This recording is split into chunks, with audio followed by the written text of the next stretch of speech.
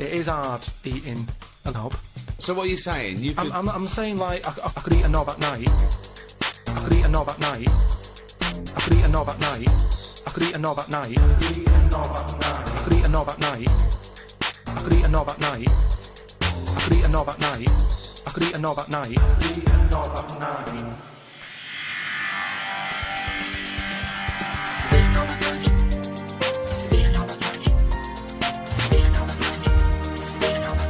night. I could eat a knob at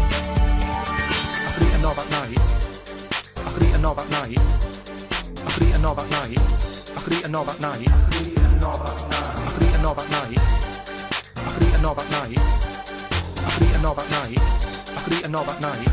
I could eat a knob on a stick. I could eat a knob at night. I could eat a knob at night. I could eat a knob at night. I could eat a knob at night. I could eat a knob at night. I could eat a knob at night. I could eat a knob at night. I could eat a knob at night. I could eat a knob on a stick. I could eat a knob at night. I could eat a knob at night. I could eat a knob at night. I could eat a knob at night. I could eat a knob at night. I could eat a knob at night. I could eat a knob on a stick. I could eat a knob at night. I could eat a knob at night. I could eat a knob at night. It is hard eating a knob.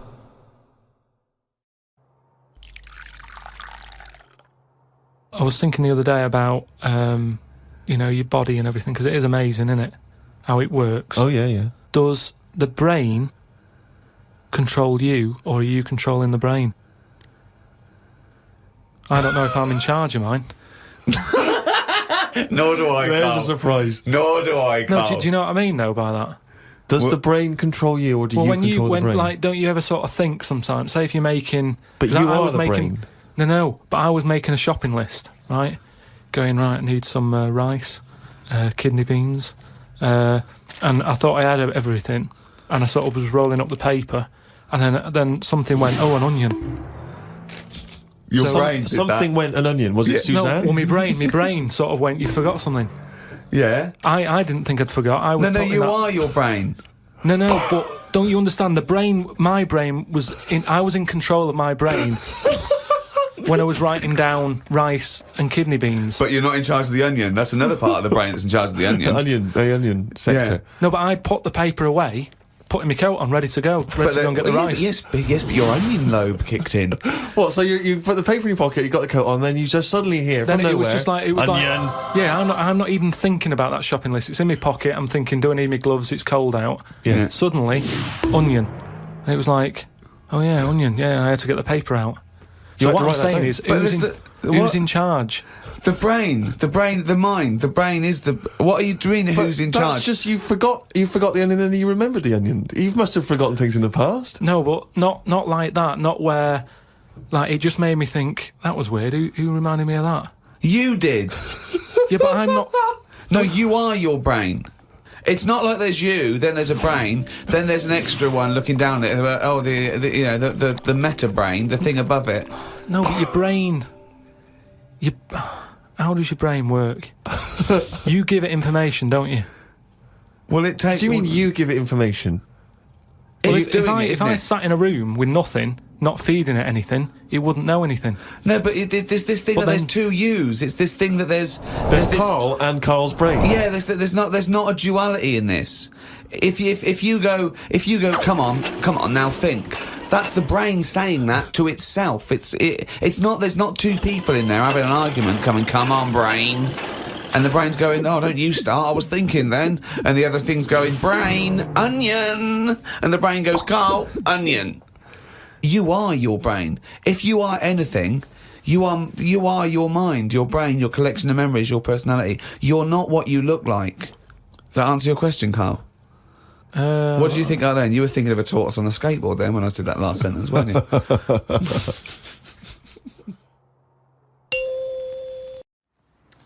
Willow. 25th anniversary year this year, and we have a Blu-ray to celebrate. And, 25 years ago. Wouldn't believe it, would you? Look at us now. No. You were just a wee one back then. 17 years old. 17 years old. And now? now I'm 43. But I think we've sort of matured like a good wine. Look at us there. It's a movie that's remembered very fondly by a lot of people, though. It isn't is, Do you still. find people say, Can't "Oh, go- Mad Mardigan"? Can't go through an airport without someone saying peck, peck, peck, peck, peck. Yeah, that's the most common thing people say to me. Actually, Really? You started that. Well, that's because that's what you were. Years of abuse started by you That was a lot of fun. saying peck. Yeah. So what's your overriding memory of Willow? Just think about it and use my name in this story. If you like. It's you, Warwick. Thank you. So much love and heart. You were what inspired Peter Jackson's career. Aren't you? That's what you said to me earlier in the trailer. That Willow inspired I don't think the Lord of the Rings. Yeah, it would have been nice to be in it though, Peter. Yeah. We were there first, though. We were there first. We started all that, didn't we? New Zealand. We filmed in New Zealand. Yeah, we started that. It was a lot of fun. He was just following in our tiny footsteps. Yeah, the producer was George Lucas. Never hear about him anymore. Sort of faded. Right, extra features on here. Yes? Okay, we've got deleted scenes with Ron Howard. Who's in it? The making of an adventure with Ron Howard. From Mort to Morphine. With Dennis Muren. So Willow, Ron an was busy. unlikely hero. Yeah, now keep going. That's Personal you. video diary of Warwick Davis. Now that's the feature to die for. That's never been out there. Did you before. video? Remember, I had my camera. And you I kept do. doing stuff. You know It's what I all here. remember? It was the size of your torso. Pardon? It was a giant back then, like cell phones. Oh, They my were torso. Huge. Yeah, there was a big old camera, wasn't it? Yeah. I looked like a little sort of mini Yeah. news team. I'd like to see that. It's on there. It's all on there. You don't call, you don't write. And then matte paintings is the final riveting feature on there. But they It's are very good though. It holds up, Willow. And it's remastered Yeah. as well. Yeah. I mean, looking at us now, it's as if we've been remastered as well, Nice. isn't it? Do you like what I, Yes. see what I did there? Mm. Yes. So there you have it, Willow Willow. on DVD. We won't see another penny from this, but just out of goodwill, And love. we're doing this because we're proud of this. We're very proud.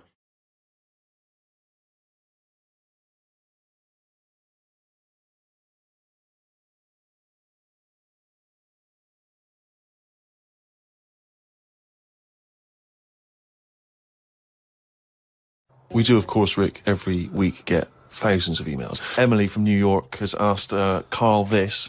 Karl, if you were on a sinking ship or you were in a burning building and you were with myself and Ricky, but you could only save one of us, I don't know why that's the case, but you can only save one of us, Yeah. who would you save? Would it be Ricky or would it be me? I think it's a two-man dinghy. Right, okay. Possibly. And we're trapped, and he knows that if he stays there to get both our legs out from under this thing... The girder. Yeah, that's he full on. dies, so he's got room, he's got time to save one. It's obviously me. It's hard to say, innit, at this point. What, Because it depends what because Steve's in the situation- room, you mean? Well, no, just because we don't know what the situation is. Okay, well, let's say we're on a sinking ship, all right? So you're going to have to rescue one of us, drag us into the dinghy. It's going under. You know, in 30 seconds, okay, this ship's going to go under and drag you down and you're going to die, right? And our legs are trapped and you've got enough time to untangle one set of legs. Whose legs do you untangle? Now, just because my legs are long does not necessarily mean it's more complicated. No, it's exactly the same amount of time. Just have to make a choice. A terrible choice that Steve would not, hate you for. Well, no, listen, this But is he all won't I be would say around this. for long. He's going to drown in 30 seconds. Well- Forget him. Bear in mind this, Karl. You are going to be stuck in a dinghy with Ricky Gervais, and who knows how long that's going to take. Think of all the head squeezing that's going to be going on, the comments, the wind-up. And do you honestly think that he's going to, if there's any provisions, that he's going to split them evenly with you? I mean, he's going to have drunk all the water, and there's only going to be about half an hour in. The food's going to be gone. Look at his gut. Look how much, of the food he's going to have to eat, the baked beans that you've got on board. Whereas on. me, you know how generous I am. I'm always sort of Oh, helping there you we out. go, Carl. I think he's put the nail in his own coffin there. You know how generous I am, Carl. Let's talk about that, Carl. Come on, think about that one. Yeah, I mean, have you forgot about that, Steve? What? The time when we went for a coffee, and we had to have a bit of a heated debate about the 50p change. Yeah, you owed me 50p, Oh, I'm not and you liking- decided you didn't want to give it to me because it was only 50p. And my point was, it's not a question of 50p, it's the fact that it's not your decision to decide not to give it to me. If I wanted to be generous, that's my decision. But you can't go, oh, it's only 50p, Steve. It's my decision who But I you just given him a free keg of beer. Yeah. and then- No, but yes, but that did not come to you, and you didn't pay for the free keg of beer. It was a matter. promotional thing that was sent to you. Doesn't matter. It's the same thing as the way I gave Suzanne my leaving present from my last job. A lot of people may not be aware of this if they haven't heard us talking about it before. Yes, but you had a gift from your work as you were leaving after however many years of service, which you then gave straight to your girlfriend without telling her that it had been received from people at work. Doesn't matter, she wanted a camera. It's the same thing as you. You wanted that lager that I got for free. It hasn't cost you anything. It doesn't matter where I got it from. So you now decide, because you've given me a free crate lager, that you can now say, oh, actually, I'm not, in the future, I'll just take your money, Steve, on a whim. Well, Listen, stop arguing like this. You're rocking the dinghy. Carl, have some of my cheese. Imagine if he would ever say that. Can you imagine him ever offering you any of his cheese? Are you going to save Carl, mate? I don't want to say. Well, think about it and... I might do a sort of a for and against or something, and then sort of, so the conclusion is... Okay, all right. Oh, chimpanzee that, Monkey News Extra. Okay. Right, another phrase. We've been talking about phrases today. Yeah, we have, Don't teach yeah. your granny when she's shaving. Yeah. Don't teach your granny to suck eggs. Yeah. Don't look a horse in the mouth. Yeah. Don't let the chimpanzee the jaw if you're chucking your cock in. Familiar with the phrase monkey business? No, never heard that one before, Carl. That's brilliant. Right, well, it came about. This has been emailed in, and I haven't really had a chance to look at it, so I'm just weighing it up now. Yeah. This is the biggest shambles on air, isn't it? Really? I'm ashamed of it. I mean, what was Dr. Fox? Dr. Fox must have been really polite. He must have been thinking, I don't know how to put this. He must have wanted to scream and go, you shouldn't be in the radio authority. My parents listen online, I can't look them in the eye. Right, I think I've weighed it up. Long time ago, right? Yeah. In the, olden days, yeah. in Go the Amazon jungle, Yeah. right? Yeah. Little family of monkeys in there, right? Having a good life, right? Didn't have any predators in there, right? So, they were loving it. Yeah. They had a load of food around them, they had loads of banana trees, right? No, I don't think so. No, they did. Sorry, yeah. Everything's going great, so they're happy in that. They go to bed, Okay. wake up in the morning, load of bananas gone. Ooh, hang on, interesting. Hold on, wait a minute. So, Either your dad's been around, or... This isn't the great Amazon banana robbery, is it? so anyway, turns out it was another load of monkeys from another part of the island, from the rough bit. From the rough bit! I love it! They went into a middle class area. they're the that ones is- with the earrings and the leather jackets. Oh, that is brilliant! From a rough part of the island. So, the monkeys thought, well, there's no point getting into a fight with them because they're harder than we are. Yeah, Yeah. of course, and they carry chains. So, I love all this They conjecture! got flip knives and tattoos. Yeah, go on. so basically, they said, let's do some business with the bananas. Let's do some business with the bananas. Shit! This is...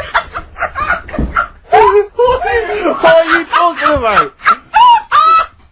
Oh, for Christ's sake! Right, calm down, we haven't got much time left. Oh, God! What do you mean they said... Forget it. No, don't forget it! Carl, do not press seriously. that! Switch the record off. Switch the record off. Christ. Switch the record off, Carl. What are you talking about? What did they do? Oh. Let's do business with the bananas. Yeah. So, they said, well, rather than them coming robbing them, we'll flog them. So, that put a stop to it then. The monkeys came, they didn't have money. They said, give us some bananas. And it says, So what, they exchange bananas for bananas? for berries and nuts. So that's where the phrase monkey business No, it's comes from. Little business to set up. Alright, oh God. That's the end of that as well. So that's the end. That is a shame. That's the end of Rockbusters and Monkey News. Well done. You've done it in one show.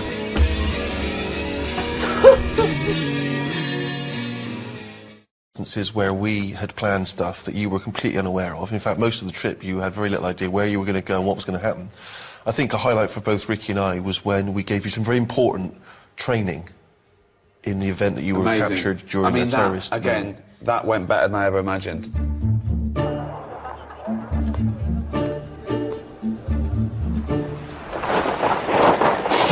Allahu Akbar! Allahu Akbar! Allahu Akbar! Allahu Akbar! Mate, leave me alone, man. Yeah, I think you're out of order. What is going through your head when those guys grabbed you? You did not know they were going to attack you and grab you and drag you in the back of a van. It all went black. I heard a lot of shouting going on. I didn't know what was happening. I thought, is this it? Have I been taken hostage? They put my hands behind my back. They put one of those tie things on. It was cutting into my hand. I'm thinking, is this for the programme or what? Because this is proper hurting. It's not a nice thing. I've never experienced that before. They often say in those moments where you think maybe your life is going to come to an end that your whole life flashes before your eyes. Is that what happened? No, because like I said to you, nothing. I had a bag over my head. I couldn't see a thing. Talk to me! Hang on a minute. Are you English? You English? Yes, talk to me! Who are you? I love it when you go, who are you? Where the adrenaline's kicking and you can hardly breathe and you do a posh voice. Who are you? Because it's terrifying, that, not knowing what's going on. What is the number of him? It's in my mobile. Well, mobile, what is the number of him? I don't know. I don't even know my mum and dad's number. Thought maybe this is part of the setup, I don't know. But my body didn't know. Because it was going through the same thing as Terry Waite would have gone through or whoever else had been tied to a radiator.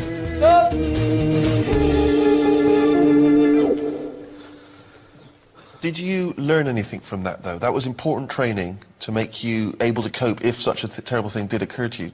If you go to places that you're in danger of being kidnapped, you're meant to have a code word. So that when the people who've nicked you call up the London office, they go, we've got Ricky, Steve and Karl here. Right.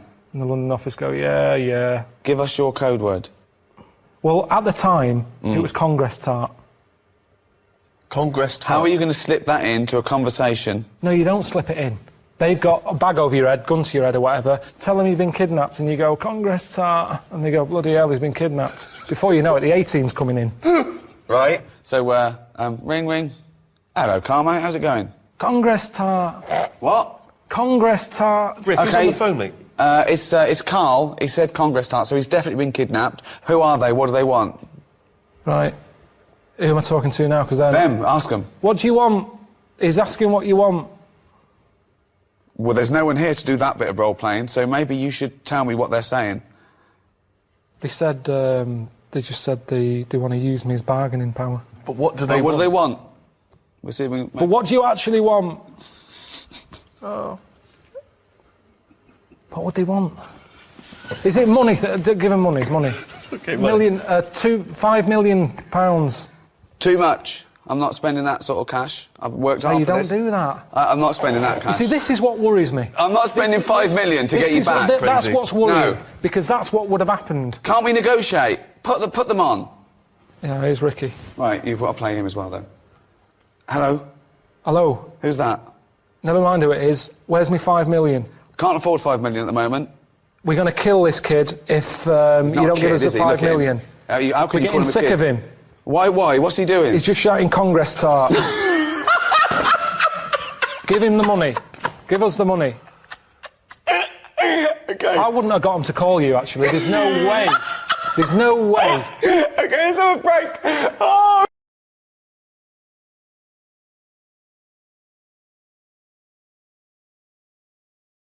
Did it with his feet. Go on. Well, it's just why pick the most hardest job to do when you haven't got any hands? Crush grapes. Or...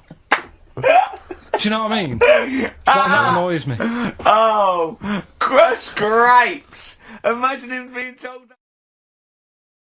They're two different people. This is what I'm telling you. But this is the problem. They're going to crop up quite a lot just because they've got double a chance. All right. Oh, please don't write in and complain. So followed it round and see it having it away. Turns out, little prostitute.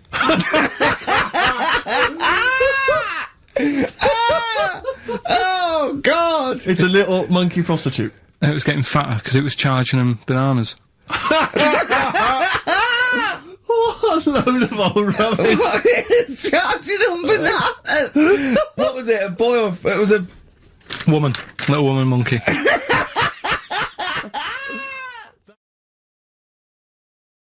Well, The bit I haven't told you about is it's actually run by a couple of chimps.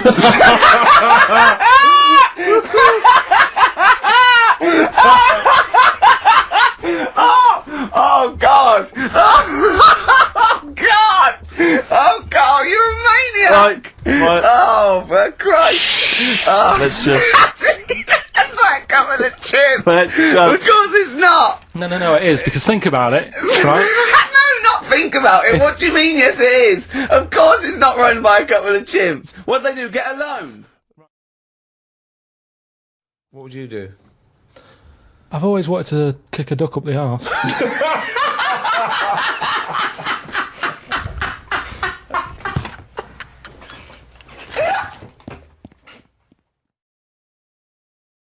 It was a chimp. They weren't happy about it. Of course not. Because now the owner of the chimp wants to enter it into the Tour de France. No! Oh God! I'm gonna die! Oh God! In 2005. Now, a couple of questions. I trust you'll be able to answer these. Oh God! Steve, help me out. Right. So the monkey enjoyed it, and it was like, well, I want to do it again, right? But they were like, So how did they know that? How did they know he wanted to? just the way it looked and what have you. It was like, Fuck off! Just the way it looked. You are a maniac. so the thing is, though, right? It's a bit weird. So I just got out of the car to look at a bright light, and I got back in the car and I grew a beard, and she said, "Never mind your beard. Where have you been for 3 days?" And what had happened is, He passed out because he was pissed. no, the UFO had taken him for 3 days. Different people. Is this all the information? Is that the entire story? Have you? It was 3 different people. Did you fall hassling asleep him and not read the about end? A fire that didn't happen, about a wife that didn't exist, and a cat that didn't look happy.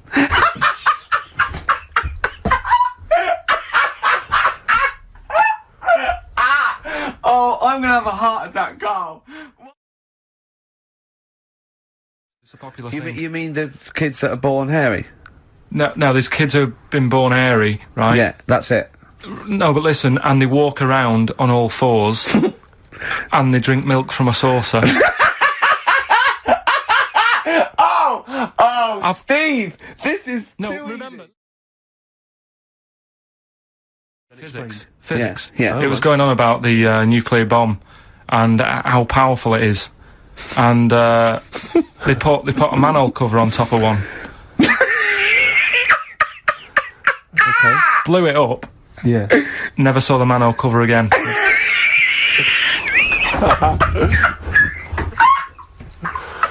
Man alive, Carl. Unexplained. What's going on there? Something weird is happening there. The fact is what matters. Yeah, but with that question, that's got a straightforward answer. What I'm telling you is the way that animals work. If it's a potato or a nut, it's a foodage.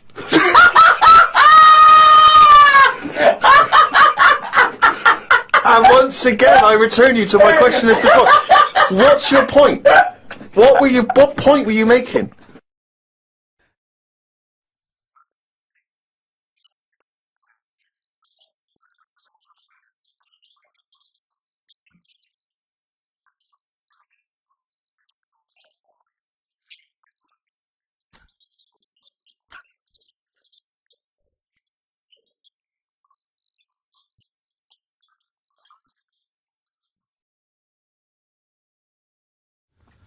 The lad with 2 heads got run over. That's it. What? How is that Cheeky Freak of the Week? Just because it got my interest, and I kind of thought, why didn't he just look both ways?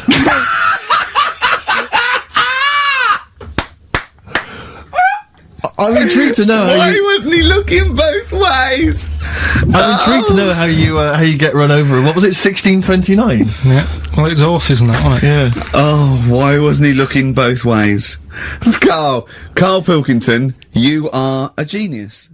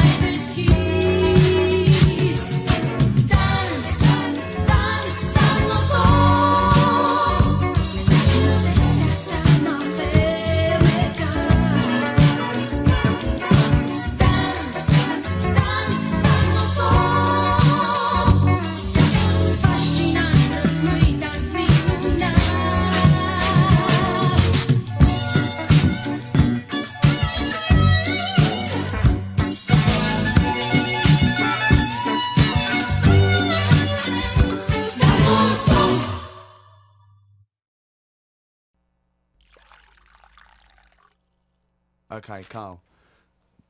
This is a logical conundrum. To a certain extent, there's a little bit of lateral thinking because, but there is only one right answer. Now, the pressure here isn't to get this right.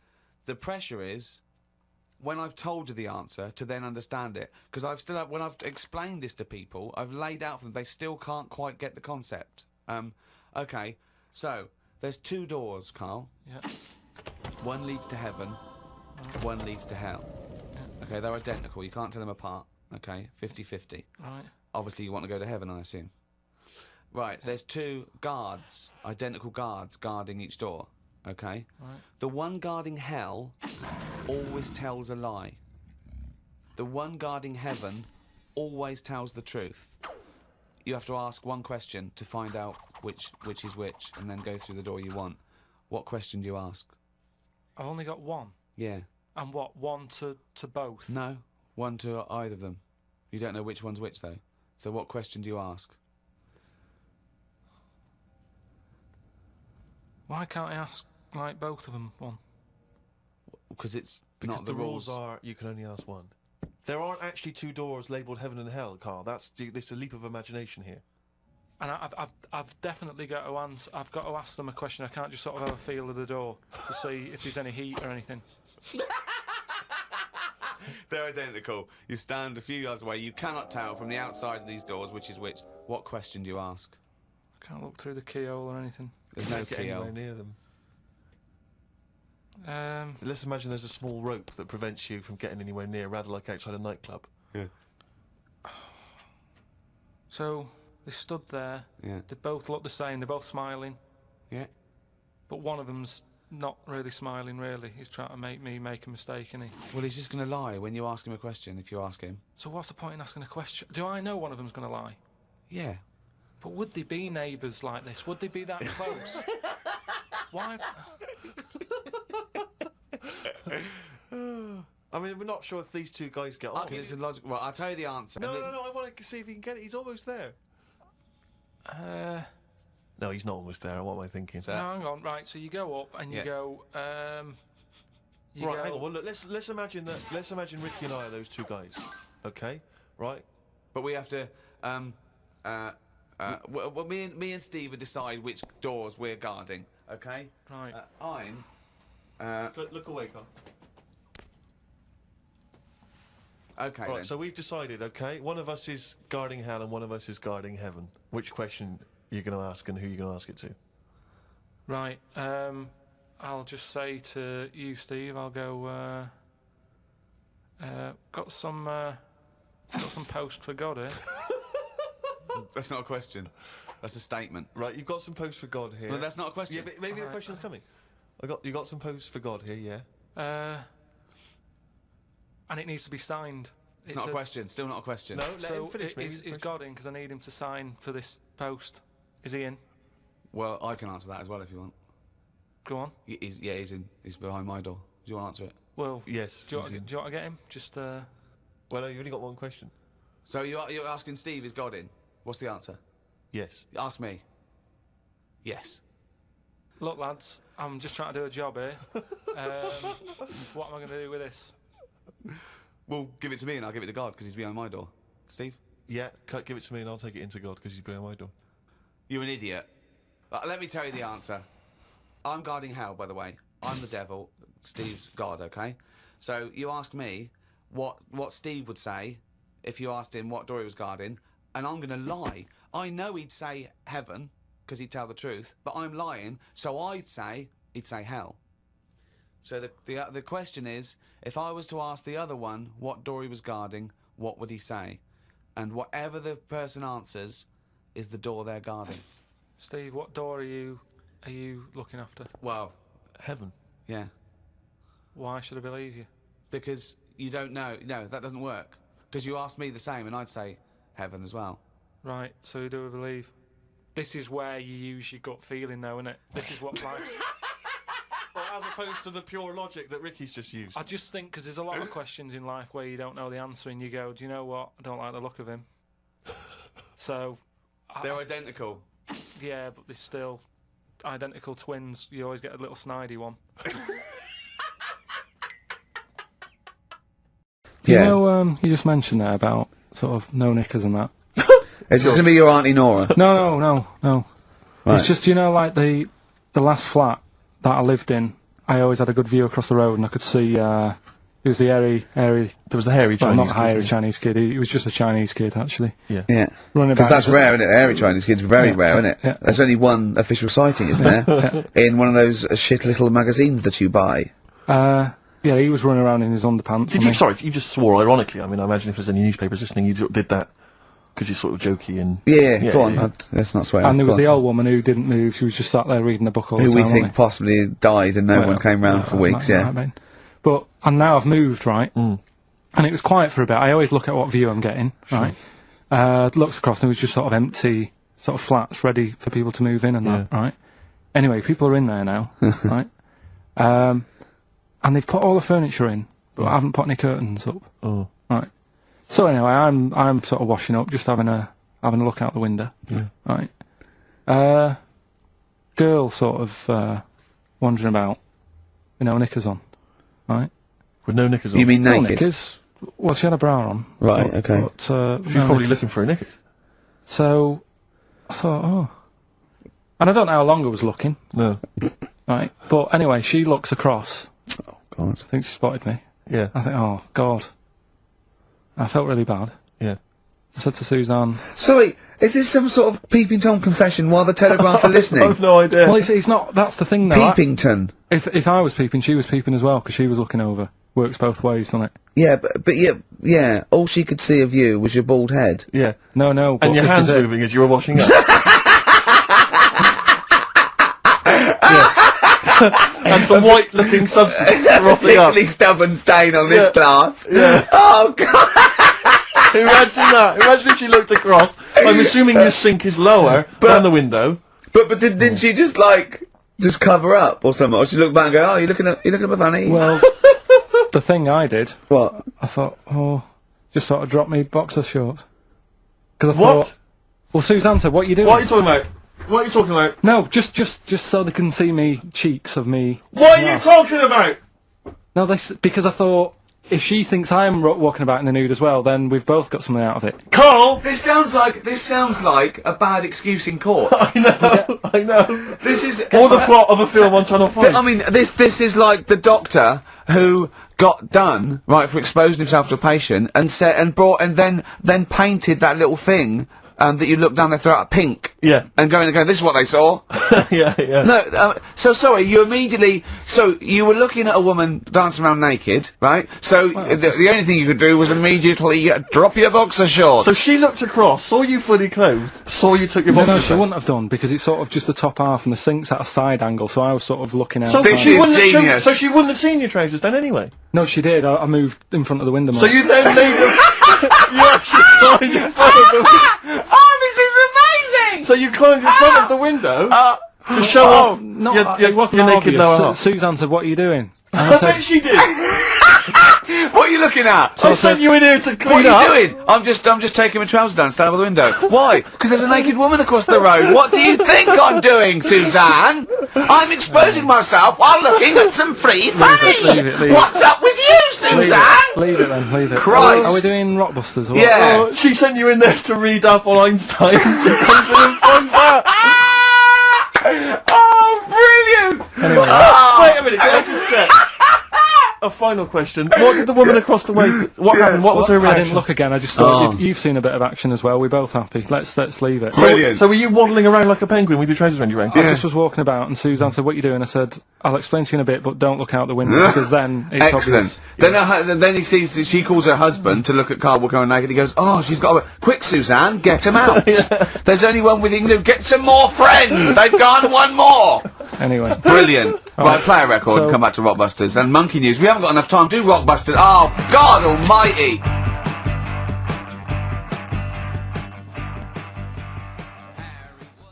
What have you prepared for this show now? You've had 3 months to prepare. What have you got? What have you got for us? Okay, what's happened in the last 3 months? what in this place or just my life? Well, what have you got for us? With 3 months, we're cloning about. You get Mondays off, you're getting paid for it, you've got a cushy deal, you're having a laugh, you're taking the piss out of the management, right? So, what have you got for us? Give it to us. I've kind of updated Rockbusters a bit, Right, brilliant. Yeah. right? So, and you said don't mess with it. If something's good, don't mess with it. What do you mean it wasn't good? It was never good. It was never good. No, Of it was course we never had to good. fix it. It was fun to do. It was a laugh. I mean, I imagine it was much more fun for me than the 450 listeners. You know what I mean? I enjoyed it. I enjoyed squeezing your head and dressing you up. No, but that's just it. When I had a meeting with Graham, right, I said, look, I'm not being funny. I don't want to do it anymore. I've had enough of it. Yeah. And he was like, oh, what's up with you? You sounds like you have a right good laugh. I said, yeah, but that's that's all good acting and stuff. I said, it's hell in there. I said, like he's talking about Vietnam. Yeah. I said, having my head squoze, right? What? Squoze is still not a word. We've been away 3 months. It's still not a word. Right. I said he's putting a dustbin lid on my head. Yeah. You told this to the ND. He's hitting me with a tray. Yeah. He's chucking toilet paper at me. Yeah. And he said, yeah, but that's all over 2 years. I said, no, that was the same day. So, Okay then, what has changed in 3 months? They're listening. They've been listening for 6 minutes now. Come on, give us something. bit of Nickelback. What's happened in 3 days? Play a record and What- let what- it three think. months? What, in my life or Yeah, in here? Nothing's yeah. happened here. Nothing's changed here. Right. But I don't know. Do you know last time we were on, Yeah. right? And I was telling you about the woman over the road where I What? live. The one that walked around naked. There's a woman who walks about the flat naked, This right? is when Carl was watching a woman naked. Then she looked at, saw him looking. So what he did, this is the genius he did to get out of this. He pulled his pants down, so he was naked too. His girlfriend comes in and goes, "Carl, what are you doing?" He went, "I can't tell you now, but don't look out of the window." Yeah, go on. Well, Sorry. that woman, she's bought some blinds.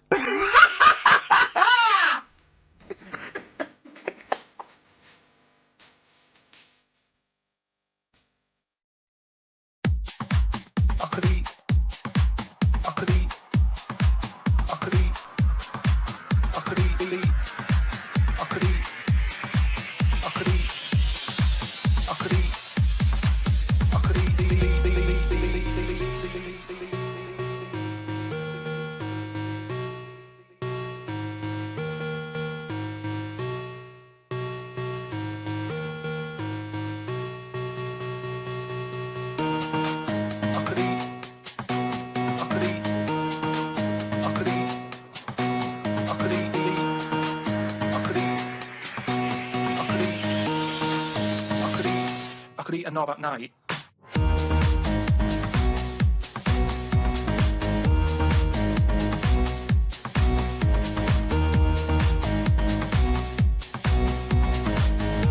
I could eat a knob at night.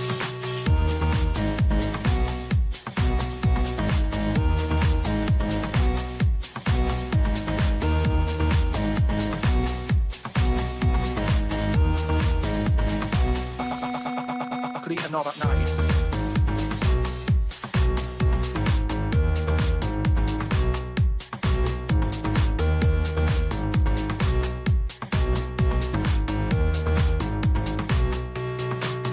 Do you know what I mean?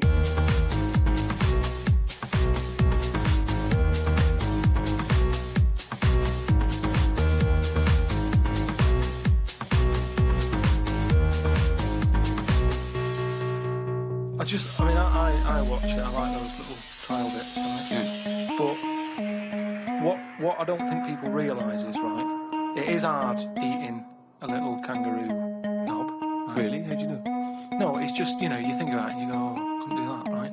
But what they never mention on the TV programme, which I think takes it to the next level, right, they're eating that at like 7:30 in the morning. Sure. Right. Which for is breakfast. worse, isn't it? Do you know what I mean? If I was there and Ant Deck said, right, Carl, eat the knob, I'd go, hang on a minute, give us a few hours, let me get some rice and that on my belly, just sort of fill me up a little bit more, I'll pop back at about 6:30 this evening, Right. I'll be ready. And I'd be happier then. It's just that thing of, you know, you just... You don't want to eat animal genitals on an empty stomach. So what are you saying? I'm saying, like, I could eat a knob at night, but... Just cut that there. We'll loop that.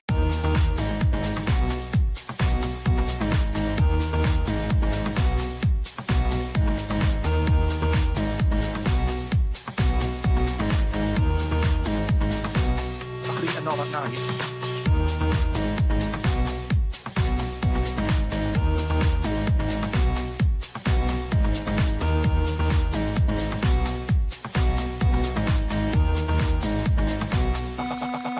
I could eat a knob at night.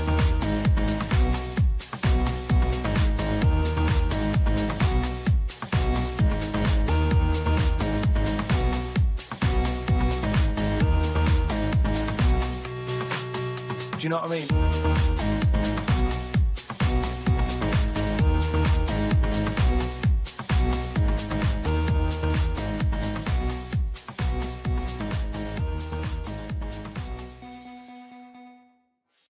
Have I told on the radio before about that time when I just passed my test and I was driving my parents' Volvo estate and we went off driving down some country lanes? Have I Is mentioned this the that? one with the? Yeah. Yeah. I've told you, have I? Yeah. Have I told you, Carl? No. Thanks. You were going to tell us a little story about a Just Volvo passed my estate? test. Yeah. My parents had a big Volvo estate, and it's quite a big Oh, car don't to show drive. off. My parents didn't have a car. But I know you don't drive cars, Rick, but it's quite a big car to drive if you've just passed your test. It's safe though, isn't it? It is very safe. That was the thing. Yeah. And I come from the West Country. Obviously, there's quite a lot of windy lanes. around No, there. you're joking, do you? They have cars there. Oh, here he comes. Blimey, Carl. Learned on a tractor, automatic it was. Do you want me to tell it or not? Oh! Don't give up the accent! Oh no, I'm not a Wurzel, go on. Go on. So I went to this You party. have a go at him being from the north. Not when he's telling an anecdote. He's never told an anecdote. Oh yeah, fair point. Yeah, go on. So I went to a party and I was quite excited because I had the car, I had the motor, and there was a chick heading down to the party that I was like, I had my eye on. And I Yeah. thought, now I've got a car and going to the party, it's going to be amazing, right? You glass and eyed, various friends had said, like, can we get a lift? I thought, yeah, groovy. Yeah, I'll pick up the chick as well, who's Yeah, a friend of yeah, a friend. yeah. So cruising down to the party in the motor, the Volvo estate, and there's nothing sexier than that. Slipping a little bit of Billy Joel on the stereo or whatever. Oh, something don't classic. go changing. Exactly. and maybe it was Billy Ocean. I think maybe it was quite a Billy. Maybe it Billy was face. get out of my dreams, get into my car. Ideally. Yeah. So I get to the party, and inevitably it was one of those house parties where the chick that I had my eye on, she kind of was chatting to other guys, and she wasn't really paying attention to me, and I was sort of Found out to get, was she again? Oh, same old story. Oh, they make me They know laugh. how to tease, don't they, the ladies? laugh. Who are they kidding? Oh. So I'd follow her like a dog, from room to room. Yeah. And watch her Quite while... literally, sometimes he was barking. Yeah. Go on. And while, just watch her while she talked to other blokes. And then, obviously because I was driving, I wasn't drinking, so I was not really enjoying myself. And then somebody said, should we go and pick up Vera?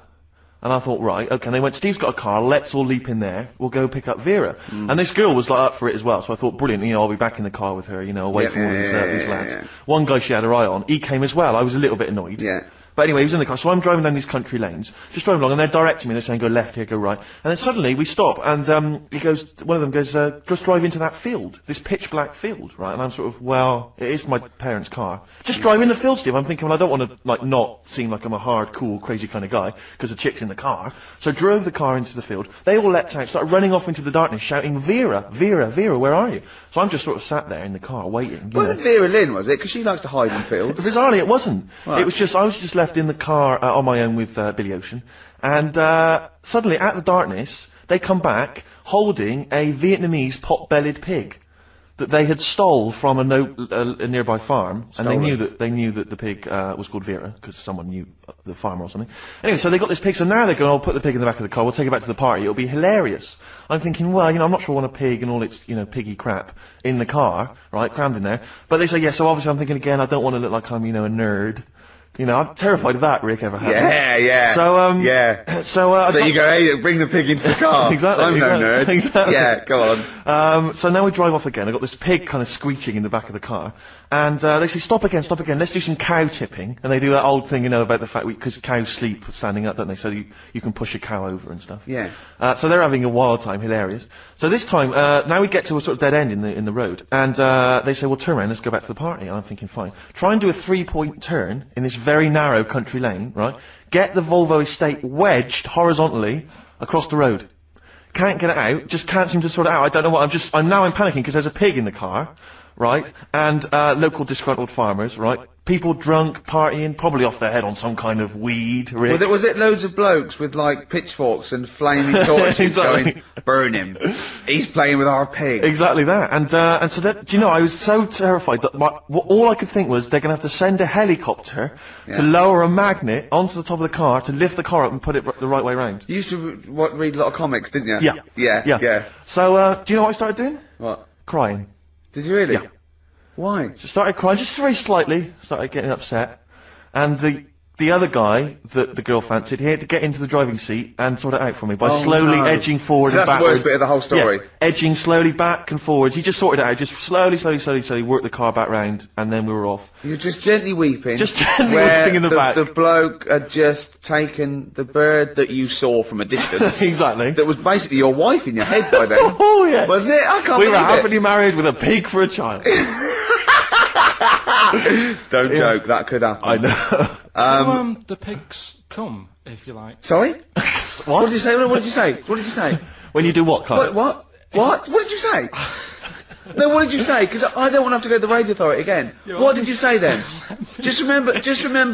We are going out live, Carl. Yeah, remember Tom Binns, right? What did you say? What I'm saying is, why were they shouting Vera? Because pigs don't come to the name, do they? Eh? I don't know the ins and outs of pig, you know, how to lure a pig into your trap. Can I just tell you some very, very interesting things about pigs? Please do. Right. One, everyone knows they have a corkscrew-shaped penis, right? A corkscrew-shaped Yeah. penis. That's the tail, isn't it? Two, they can't look up. They can't put their head back and look up, right? Three, they can have a 30-minute orgasm. Rick, is it only pigs that have got a corkscrew-shaped penis? No, and landlords. Okay. Very handy. Right.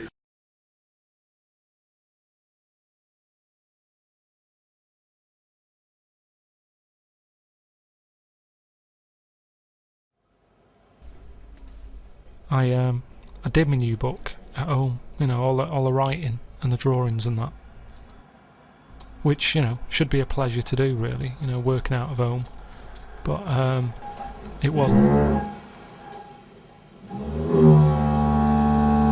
The amount of noise from downstairs, they've got builders in at the moment, and they're ripping the place apart, they're knocking down walls, they're drilling all hours. It's been doing me head in, there's dust everywhere, I've been breathing that in, which made me ill a bit. So that's when Ricky said, you know, if I wanted to get away from the noise and that, I could use his office to work in. But it can be just as hard to work in there sometimes. Is that annoying? A little bit.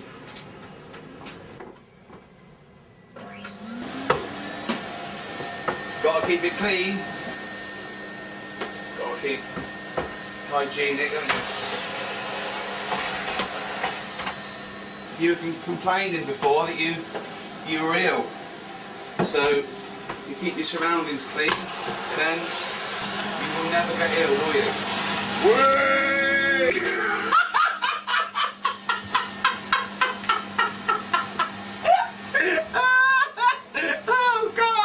Oh God!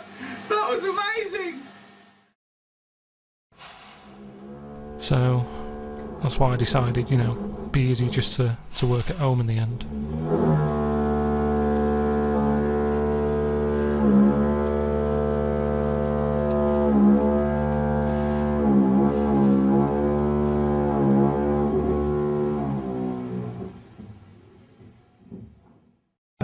Right? And Steve, who probably wasn't as cool as he is now, you're a bit of a freak. In those weren't you? days. Yeah. Can you imagine? And it just covered him, and he just went like this. He went, "Well, now you've got to clear that up," which I found even funnier. Yeah, but you did have to clear it up. I did. But I was crying with laughter as I was clearing it up and taking it out of your keyboard. Yeah, but I think I don't think I gave you enough of a reaction. No. Because you didn't really do stuff like that afterwards. No. I think you were looking for real annoyance. And Yeah. This Yeah. is the weird thing about this relationship, is that despite the fact he's, 10 years older than me, I was often for a long time the adult. I say it for a long time. I think so. Often the adult I in think the it's what. relationship. Yeah, I think that's what drove the dynamic. And also, I was the laziest person in the world. I remember once when we were writing, and Steve said, "Look, we've got a lot of work to do." He said, "Don't have too many sausages at lunchtime," wasn't Yeah. it? And I had, Actually, you fell asleep that day. yeah, because there was jumbo sausages in the BBC canteen. You meant to have one. I said I can handle 2, and I had 2. He said don't eat 2, Rick. And I did fall asleep, didn't I? When we were writing. Yeah, he fell asleep under the table. I didn't realise he was asleep, and we were writing away, and part of the script, and I was reading out this bit that we'd written, and part of it involved someone knocking on the door. So I knocked on the table as I was reading it out, and he woke up thinking someone was coming in the office, banged his head on the underside of the table. Oh dear, just like Lennon and McCartney. Yeah. Someone actually asked earlier on the live chat, are you concerned that Karl Pilkington is going to become a bigger star stateside than you guys? I want him to. I want him to be the biggest star in the world. I want him to be not just a star, but like an idol that people worship. Just little round things that is like like the they put on their dashboard. exactly like Christianity uses a cross. It's just a little round orange sort of circle. Because I know he'll hate it. I just know he'll hate it.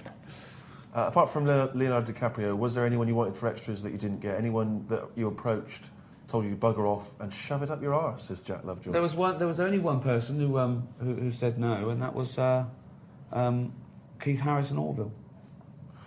Yes. Yes. Harris- And I think Sid Little, didn't he say no as well? Oh yes, he did. Yeah, I think it was a bit too much for him. He thought. Yeah. Was it after seeing a bit of the script that they were in? Probably. Yeah. Well, I usually pitched it to him over the phone before we wrote it, and but no, he wasn't. He wasn't into it. Orville was up for it. Oh, Orville would have been. I don't know speak anymore over that. Carol says, if you could pick the brain of any fictional character, who would you choose and why? Now, does that mean Like that you could have the brain, or Sherlock Holmes, or what, and have it for yourself? Glean God. information from them. God, I think. We asked Karl a question. If God exists, what would you want him to say to you when you got to heaven? And Karl went, "Is that how it works?" What do you mean? He said, "Well, he wouldn't be on the door, would he?" I went, "No. You go up to his office." And Karl said that he'd say to God, "Well done with the world and that, but I think you've put in too much water." Hey, wow, this is a big question. What are the best things in life? What are the best things in life? First thing I thought of there, sausages. But I'm off I them thought now. that might be the answer. I don't know. A mother's tears, maybe a baby's laugh. Although Karl said that was the most frightening thing. When we asked him a question. We were doing the questions from inside the Access studio. We said, "What sound do you hate?" And he went, "A baby laughing would do me head in." I went, "Why?" He said, "If I had a kid and Suzanne was out, and I'd put it to bed, and then I woke up at 2 a.m. to the sound of a baby laughing," he said, "it would freak me out." I think he's thinking of like Chucky, just sitting up going, unbelievable. The best things in life. Well, they're free. The Freedom. best things in Well, life no, are freedom is surely. That's important. Surely. In every aspect. Freedom of speech, freedom to live a good life the way you like it. As long as you don't hurt anyone, kids, and floss. We've got time for just a few more questions, so do keep your questions coming in thick and fast. A few people asked earlier, I don't know if there's any truth in this, Stephen, in a recent interview that you hinted at a secret crush for Nadine from Girls Aloud. Any truth in that? I was being flippant. I'm a fan of all Girls Aloud. Who is it? Even the ginger one. Yeah. No, she's, Well, don't say even. There's probably ginger. No, I didn't mean that. I mean, and including the ginger one. No, it's just so, I got very ginger beard, and lots, two ginger people get together, you're going to have ginger offspring, who might inevitably be bullied. So you've got to be careful. You've always got to think this thing through. But, a Girls Aloud is not just for one night, all right? They're for life. Karl said he thinks, it's actually only in England where that happens. I know, in it's America, weird, they isn't don't it? get the jokes. Like, they quite rightly think, well, what's up? There's obviously nothing wrong with it. But Karl thinks that even ginger cats get bullied by other cats. Why do you think it is that the ginger thing is? I don't know. I thought it was... isn't there a reference to the Bible or something? Is there? Wasn't Judas was wasn't ginger? Judas ginger? No, what are you talking about? It's Wasn't he? the Middle East. They're not ginger people around there, are they? Well, that's why he stood out like a sore thumb. Clearly. I have no idea why I said that. I don't know if that's true or not. I wondered if it was something to do with the old Scottish-English rivalry. Obviously, all Scottish people are sort of, you know, ginger-haired. I wondered if that was anything to do with that. Maybe one of these MySpaces will let us know. Yeah, let us know if you can. Someone asked earlier, Stephen, has Ricky let fame go to his head? Does he only hang out with A-listers these days? People often say to me, has Ricky changed since he got famous? No, he was always a cunt. What advice, Rick, would you give to people who want to get into the business? Don't. do something useful. Train to be a doctor or a lawyer. When was the first moment that you thought, I'm famous?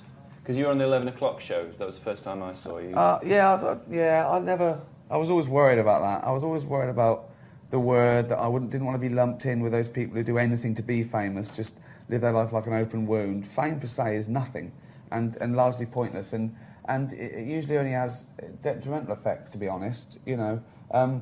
But I suppose I knew I was a face. I mean, the first time someone asks you your autograph, you think, oh, but that, you know, I think everyone's famous to that degree these days. I suppose winning the Golden Globes was the freakiest, because that made the real news, not just the entertainment news. It was on front covers of... That was a bit weird. And I was glad I wasn't here when that happened. I was still in America, I was doing some work, but it you know... I think the important thing is know what you're doing it for. If you're doing it to chase fame, well, then you can do anything, really. You can do horrendous things to be famous. There's no difference between fame and infamy if that's all you want. But I think you've got to love what you're doing. You've got to know why you're doing it. And we do it for the work and the creative process. And fame is an upshot of what we do. If you're an actor and you're a successful actor, then you're probably famous. But that shouldn't be the driving force. And I'm probably much prouder of being a writer and a director than I am an actor in many ways. But it all comes as a package, really. And joking aside, the advice would be, try and control your own destiny. Own your own labour. Be in charge. Walk away if it's not right. Don't compromise. Don't think, oh, if I compromise 1,000 times, then I'll get something I'm good at. Because those things stay with you and they stay around. They hang around. There's no rush either. Don't think you have to be famous by 23 or it's all over. You know, unless you're in a boy band, that's just simply not true. And find your own voice and do something you're passionate about. Don't do anything for the sake of it. Do something that you want to get off your chest. That's what I'd say. Steve, anything to add to that? Well, I just want to ask you a question from Jensen's Beard. Have you ever thought about having a facelift? No.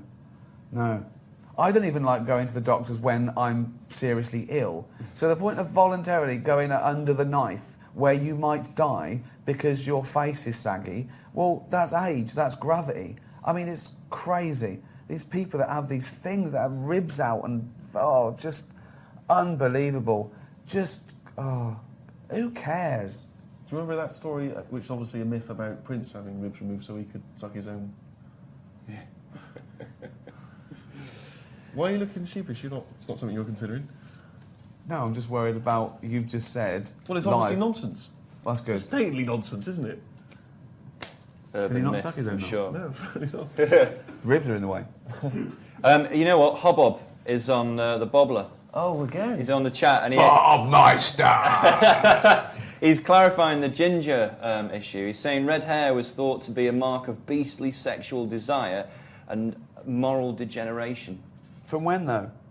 I don't know, he doesn't really... The 1980s? Yeah! Since Mick Hucknall. When, though? That's what we're... Yeah, I have absolutely no idea. He doesn't really go any further than that. If you've got any more info for us, mate, do clarify it in the few minutes Bob we've got Meister, left. sloppy... Hi, welcome back to T4. Joining me next are two men who've known each other for years. They're best mates, but I think they're having some relationship troubles, and I'm going to get to the bottom of it. Welcome to Angry Chat.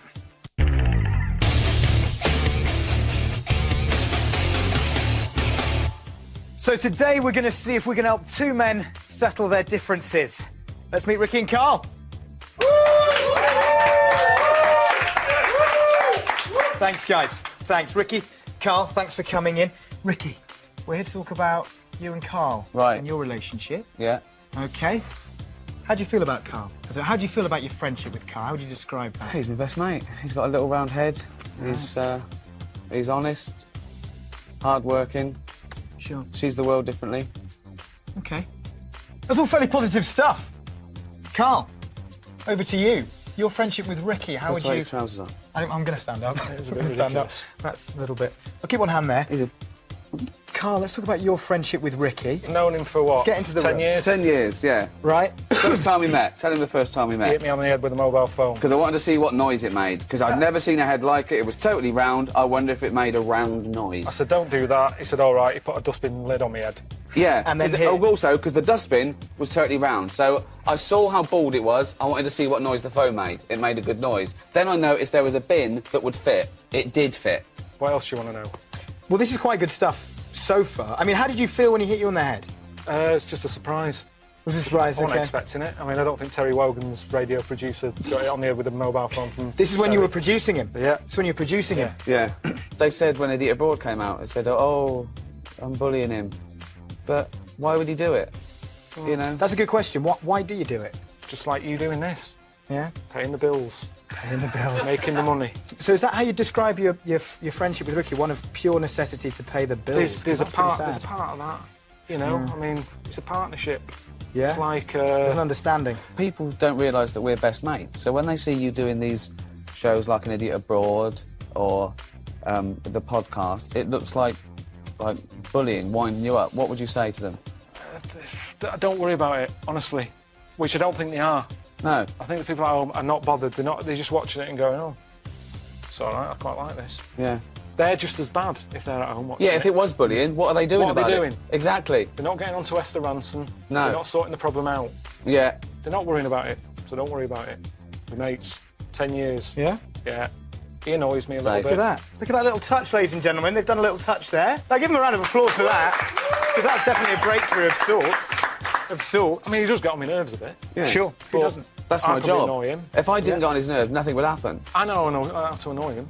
Yeah. He wants me to do things like this. I only do the odd thing with him because I Yeah. don't like doing it. Yeah. So that's my little bit of control. He goes, come on, T4. I go, I don't want to go on that. No. I don't want to go on T4. Well, let's do it. You're having Let's a great let's do time. it. Let's do it. Let's do it. Okay. Right. Well, that's our scenario. Typical scenario. Okay. Hey, Karl. The animation's coming back to E4. We should do a bit of promotion for it. Do we have to? Well, yeah, it's only Isn't fair. our bit of the work done? Yeah, but I'll tell you what, a great show. The kids love it. It's called T4. Right. They got really tip-top presenters, young, built. But they're all sort of funny haircuts. Yeah. Well, a lot of them can't get a better job. A lot of them, I mean, they've tried everything and they failed. But it does me head in. People are going, Karl, how were you a radio producer? How did they get on the telly? I mean, some of the people you see on here, I mean, I don't know what. I mean, Is there really nothing else we can go on to promote it? no, it's T4 or nothing, mate, because we've done it. You know, no one else will have us because it's. I mean, arguably, it's the biggest platform in youth television. It's Channel 4's flagship youth show. Who's this? Hello?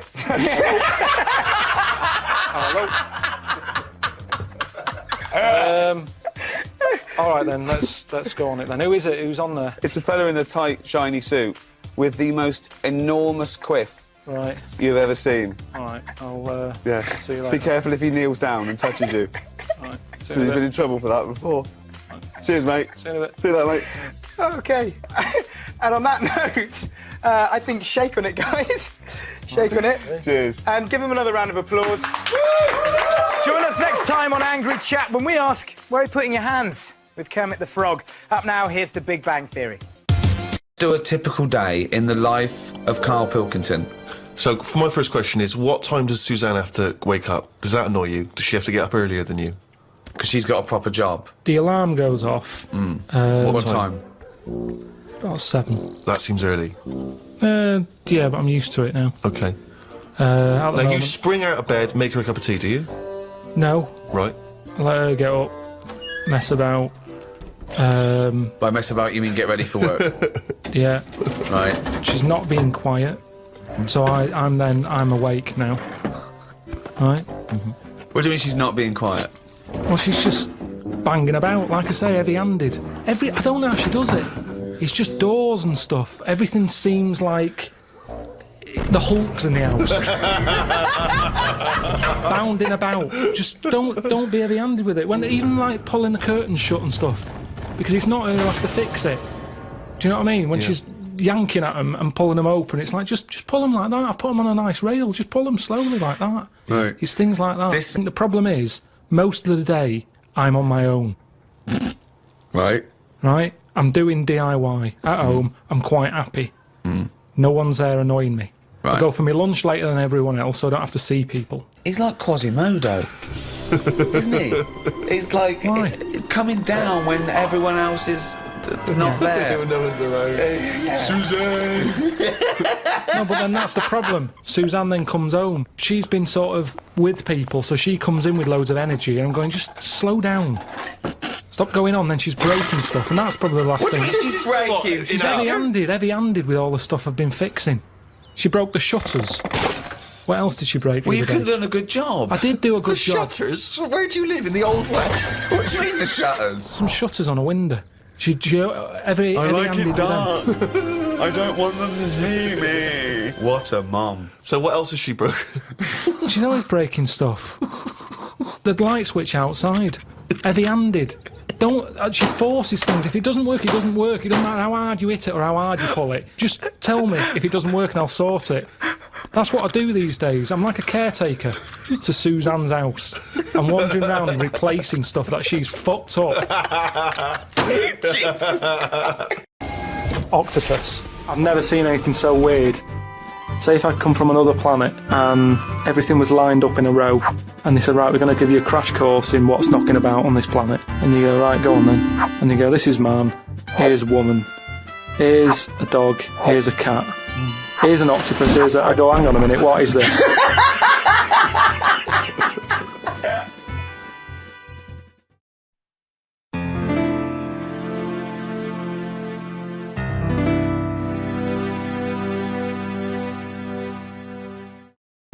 I said to Suzanne, I'm sick of it. She's going, you need to do it when I get a new kitchen.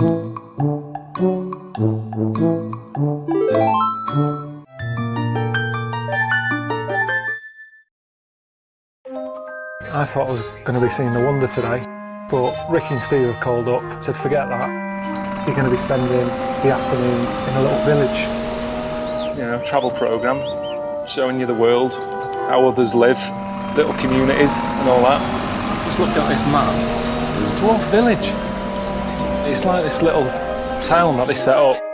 Dwarves used to get a hard time or something. And so they set this up, a place where they live and work. Alright. This is it. They've made it for themselves, everything they want. It's made for being a dwarf. It's ideal. And, you know, there is, like, little blokes in little funny outfits and all that. Where's your knees? Have you got knees? And you do sort of smile, but they're smiling. I think it's all right, isn't it? But they're all happy. I mean, they've made this bit. Why not just finish it up and put a door on it? They've done the hard bit. A couple of hinges and a door. You can show me around one of your houses. I haven't been in one of these. I'm the biggest man who's ever been in it. I'd rather be a dwarf than like Steve, who's almost a giant, because the world's not made for a giant.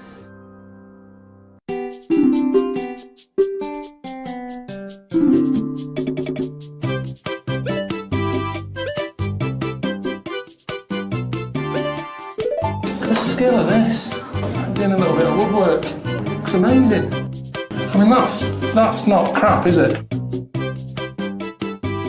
So, if all your work dries up, they're not making another Star Wars, you can't dress up as a little monkey, you've got no money coming in, you wouldn't think about coming here then? Definitely not. Well, coming up to today's show, as I said, we've got all the greatest hits of... the greatest hits? No, that is what you said. Now, I was going to say that there'd be no swearing on today's show. There was a lot... No, there's going to be none at all. No profanity or filth or anything like that on today's show. What? There was too much last week and it's got to be stopped, seriously. What, the boss, was it? Is he really nobbling you? No, higher authority than him. Really? Yeah. What, the radio authority? No. They've been on to you? I'll tell you, the reason is because you were just pushing it last night. I'm not surprised at it was my mum. I got to stop swearing. Well, it was her birthday and I phoned her in the week. And she launched straight into it. I was well, listen to this. You taped your mum? Yeah, listen. Yep. Happy birthday. Oh. Do you know you don't have to go far on your radio, don't you? What? Your language, my son. What? Well, arse and piss and C-T. I don't say it. Yeah, no, it's all bleeps out. It's all electronically, cleaned up. I know. You take it steady. I didn't bring you up that way. Yeah, well, I got it from you. You used to F and C all over the place when I was little. No, I didn't. Well, you used to come in with a bottle of gin in one hand and a cigar in the other. You lying, kid. Yeah, no. Yeah. From bingo, right? You used to come in with a vicar. Yeah. Nicky's sherries, come in, effing and blinding. You know, I'm 5 years old. How am I meant to be? You lying toad. You lying toad. How old are you? 73. 73. And I used to correct you in every way you spoke. Yeah. You didn't learn a lot. You got a real old Berkshire accent. Well, yeah, I wonder where that came from. And that other bloke, tell him your handle is Ricky. Why? What's the matter? And it's not Gervais, it's Gervais. So correct him when he's on the radio. Yeah. Your handle is Ricky. Yeah. Do you want to give him a message? Because I'm taping this. Oh, you ain't. Yeah. He said, do you want to give him a message? Because I'm taping.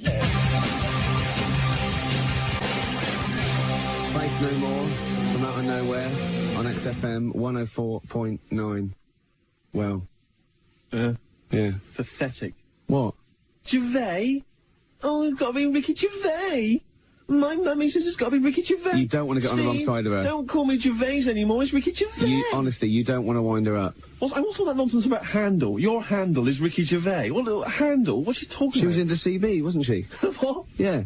She was not younger then. She was about 60. Right. When it was at its peak, and she used to go around, you know, things like, I'm in the land of the brain buttles, I'll be at eyeball, pregnant roller skate, all that sort of stuff. I don't know what she was talking about. I'm in the pub, right? She used to have a gang. Oh, your mum? Yeah, used to have, they're called the backyardies. They used to come out and, you know, be in the garden. Right. You know, doing a bit of gardening and sort of crazy paving. Right. Hey, help me with that rockery, Lil Chill. That was her name. Chill. Yeah, it was next door. Her name was Lil, and she, you know, she married Mr. Chill, so she was Lil Chill. Yeah, honestly, you don't want to wind her up. We've got an ad break, then Radiohead, and then the second half of the call. It gets you know why I'm scared of her after this. XFM. Yeah, I was funny, right, because I was in Crowley's show earlier. Gary Crowley. Have you heard of Gary Crowley? I don't know whether I have or not. Gary Crowley's a DJ. Oh. You better say yes, you have, because he's going to listen to this. I've heard of him, yeah. Yeah. What'd you think of him? Not bad. Oh. But listen, we've taped all your last 3 weeks. I'm just going to send it to Larry today. Yeah. For him to hear. Good. You go careful. You don't have to go near the bone. I bet you can't wait. You don't believe I'm going to play this, do you? Not if there's any swearing on there, you better not. Well, you wouldn't swear, would you? No. I never taught you to swear anyway. I used to correct you in everything you said and done. Yeah. Even to the teas in the water. You remember? And the teas in the butter. You've never had water? No. Unless it's mixed in with beer? No. Remember when you taught me to do the dustman's blow when you hold one nostril and blow it all out the others? You filthy animal. You taught me that. I did not. You used to come in and you used to, if I was naughty, you used to gob at me. Ian, I'm talking filthy. You know I couldn't do that because things like that makes me sick anyway. Yeah. I can't wait to play this on Sunday. No, and I won't wait to get up there and get you. Do us an ident. Say, Ricky Gervais is my son on XFM. Ricky Gervais is my son on XFM. 104.9. 104.9? Yeah. That's it. I think that's a nice Berkshire accent. Yeah. Yeah. Right, okay then, 73. Yeah, don't tell everybody. They all want to join in. Yeah. All right then. Well, I'll, Right. 73. And you go careful what you're saying. All right then. Right. See you later. Cheerio. Bye. So, no swearing, Steve, yeah? I can't believe you're scared of your mum. I'm not scared of my mum. You're scared of your mum. And you said I was drinking last night on the show. Last time. I wasn't. No, you weren't. Well, might not have been drinking. You were smoking. Oh, she knows I don't smoke. Well, no, she knows you don't smoke cigarettes. Don't. You don't know her, Steve. Hey, and what about the, does she know about the steroids? Hey, I mean, how do you explain that physique when you go around to see her? She just thinks I work out a lot. Well, it just seems to me, Gervais, that, you know, no swearing on the Ricky Gervais Show. I mean, that's what's made our name. That's our bread and butter. Yeah. I mean... Butter, it is. There's 2 T's in butter. It just seems to me, Gervais, that you're compromising the show. You're compromising the show. I wouldn't compromise the show just when my mum's listening. It's Kenny Rogers. If you go to places that you're in danger of being kidnapped, you're meant to have a code word. So that when the people who've nicked you call up the London office, they go, we've got Ricky, Steve and Karl here. Right. And the London office go, yeah. Give us your code word. Well, at the time, it was Congress tart. Congress tart? How are you going to slip that into a conversation? No, you don't slip it in. They've got a bag over your head, gun to your head or whatever, tell them you've been kidnapped, and you go, Congress tart, and they go, bloody hell, he's been kidnapped. Before you know it, the A-team's coming in. Right. So, ring. Hello, Karl, mate, how's it going? Congress tart.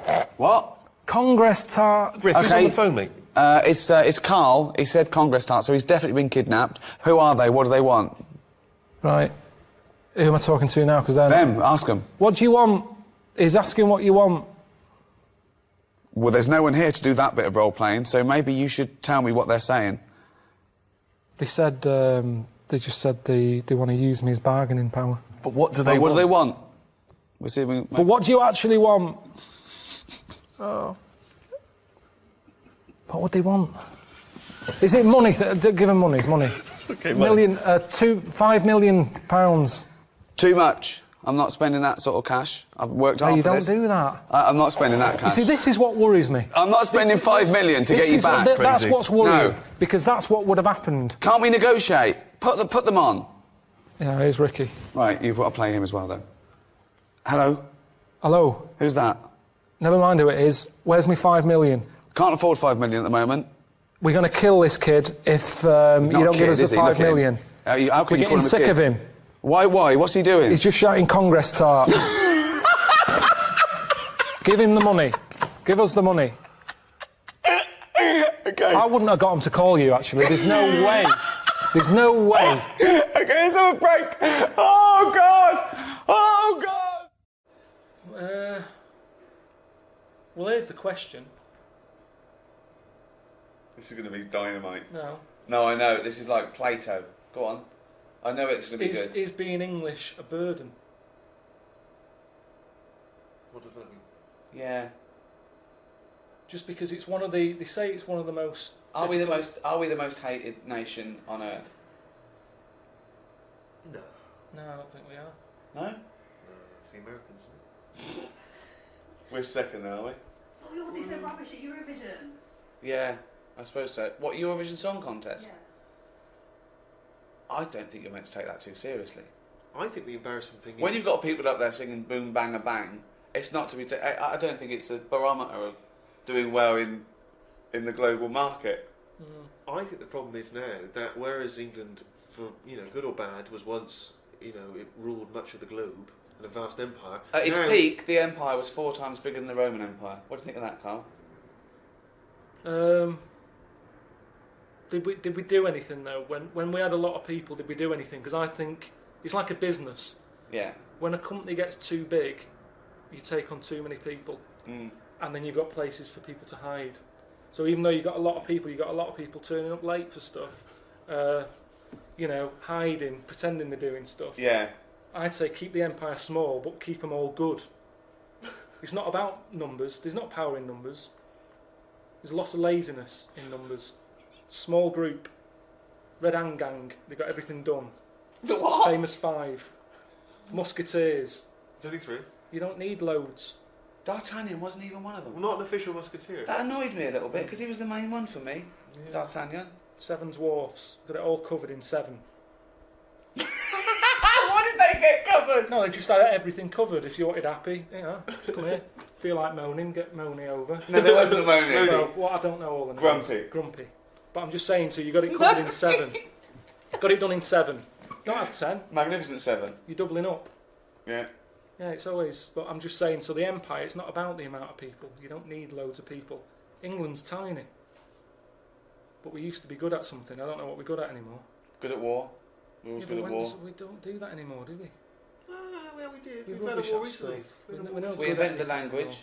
Yeah, and but it's a that's it. difficult language. It's one of the most difficult languages. Yes, but And because we're of that- English, we don't have to learn any other language because everyone else speaks English, so we can go abroad and just speak with our native I don't tongue. think it works like that. It's so complicated that we haven't moved on. Look at Germans. Apparently, it's a really easy language to learn. They're brilliant at making cars and that now because they're not still going, what's that word again? The amount of times I have to ask for a dictionary. Now, Germans, the language is really easy, so they can move on and carry on with stuff. Just get on with the car. Whereas we're messing about with language. It's complicated. It is the most complicated language. Look at the way, like, abroad, everyone learns 2 languages. Here, I haven't even learned ours properly yet. I'd go along with that. So that's what I'm saying. So how come other countries have got time to learn our language, but we haven't even learned ours yet? It's complicated. We made it way too complicated. Stephen Fry, he might as well be foreign, some of the stuff he says. I don't know what he's going on about. Just goes on with these words, and I think who knows what he's talking about? And we've done that. We've created that. We can't moan. We can't say bloody Germans have come up with that. We've created the longer words. So that's the problem with English. We make life difficult for ourselves. Thank you very much. Into a toilet, and women, when they use their little cubicles, they don't shut the door. Some of them just sit down on the toilet, right? And you see everything. And, no, seriously, that's probably one of the first times I saw like a woman. Yeah. That, right? And my Auntie Nora when she was staying over. What happened with your Auntie Nora? She was she's into wearing caftans. Into wearing what? You know, caftans. Oh yeah. What caftans? Big bellowy sort of dresses. Right. And yeah, I used to sit on the floor at home in front of the telly. Sure. She was on the chair behind. Yeah. She did a bit of a sort of a Sharon Stone scene. Oh God. Yeah. Did you see it? There was no underwear. No. What age were you? What was it like? What age were It you? was like a ripped tennis ball. So. What? Right, we're off air. We're off air.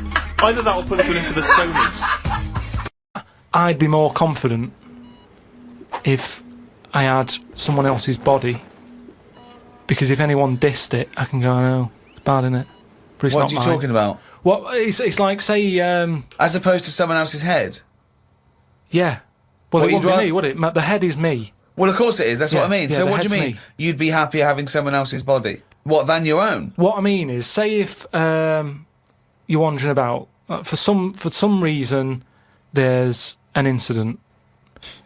You have to take your top off and that, and everyone's looking at you, right? And you're a bit sort of, you know, you haven't got the muscles and that, you haven't got the 6-pack.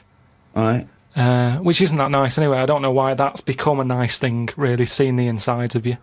You might as well... I mean, I know I came up with the see-through skin idea, but it's a bit weird, isn't it? You can see stuff. No, it's the muscle in front of the... No, it's not. It is. It's not the outline of your No, organs. you can't see tubes. You can see tubes and veins and stuff. Well, you can see veins. Yeah, well, I don't want to see that. That's why we've got skin over it. Is Well, what stop I mean. looking at naked men, then. Why No, you but keep sometimes you can't help it because it's been hot, and like you say, there's people walking about with vests on and that. So anyway, what I'm saying is, say if some incident happened, I'm walking about with my top off. Right. Girls are laughing at me, right? Why? Dunno, they might. Yeah, go on. So they wouldn't look at your body, they'd all look at your head. So what I mean is, Yeah. rewind that, right, and imagine all that happens again, but I've got someone else's body. Right. Whose body? Just some fella who's died, and my body was injured, and they said, we've got a new body in. You can Right. have it. We'll Yeah. stick your head on it. Yes. Yeah. Now, say if... They're laughing at you. They're laughing at the body, They're laughing yeah. at the body. Yeah. But at least I'd be able to sort of go, I know it's a mess, but it's not mine. At least I don't have to claim ownership. So all of this extraordinary technology that can make put one head on another person's body, so you can go, it's not my body. No. But And it's not your own. I'm not being funny though. So if you have a body transplant, right, and you're there, you're at home, naked, you look down, Yeah. lovely penis and a set of testicles, Yeah. right? What do you do with them? What do you mean? What am I doing with them? Well, do you like them? Well, you wouldn't mess about with them as much as if they were your own.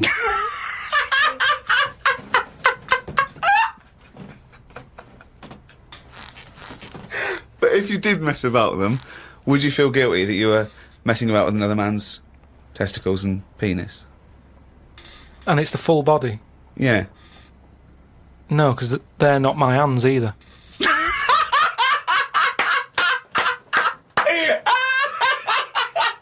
You're a genius! You're a fucking genius! So what you're doing is watching someone else wank. Yeah.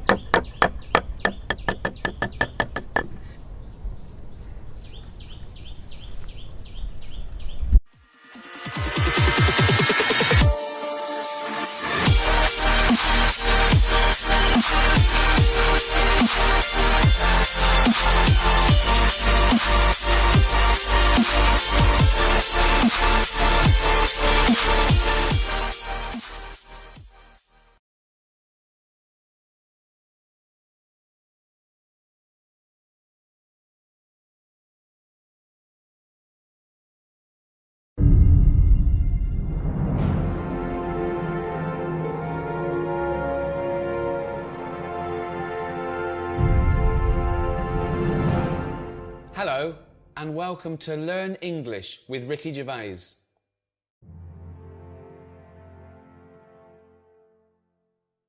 I'm Ricky Gervais.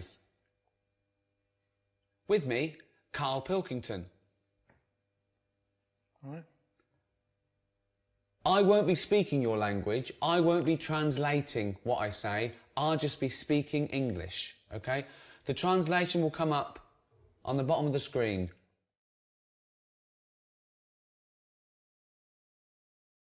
This is my friend, Karl Pilkington. He is bold. He is bold. He has no hair. Karl Pilkington has no hair. Yeah, I know. They can see I've got no hair. No, I know. Well, what do they need to know that for? If they learn a language, Yeah. bald isn't a bald head isn't that important. Teach them how to ask for bread or milk. We'll get to that, but this is about sort of friendship and family, you know.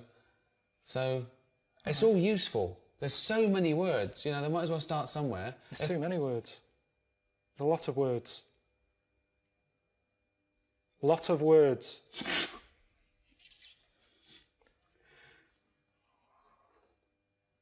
So you say it. Karl Pilkington is bold. Karl Pilkington has got a head like a fucking orange. Right, I really don't know why they need to learn this. Because they might need to say that one day. No, but I get enough abuse now from English people. I don't want Chinese suddenly turning up going, fucking orange. Teach them how to say milk. I need milk. Milk for tea. Coffee. Teach them useful stuff. Okay, well, go on, teach them something then. Who am I talking to? People around the world, they can't speak English yet. So what are they... Well, so, Chinese are the ones that... Okay, what? I've been to China and none of them know English. Right. So they need to learn English. Okay. So, what would they want to know? You see, they don't need to know about milk because they don't like milk.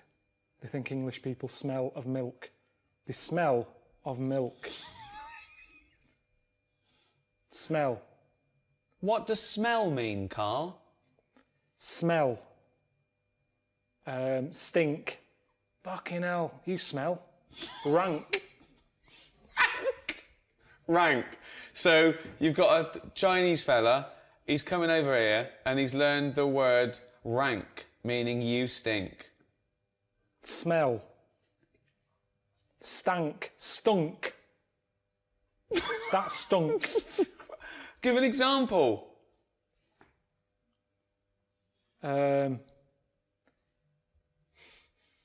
smell.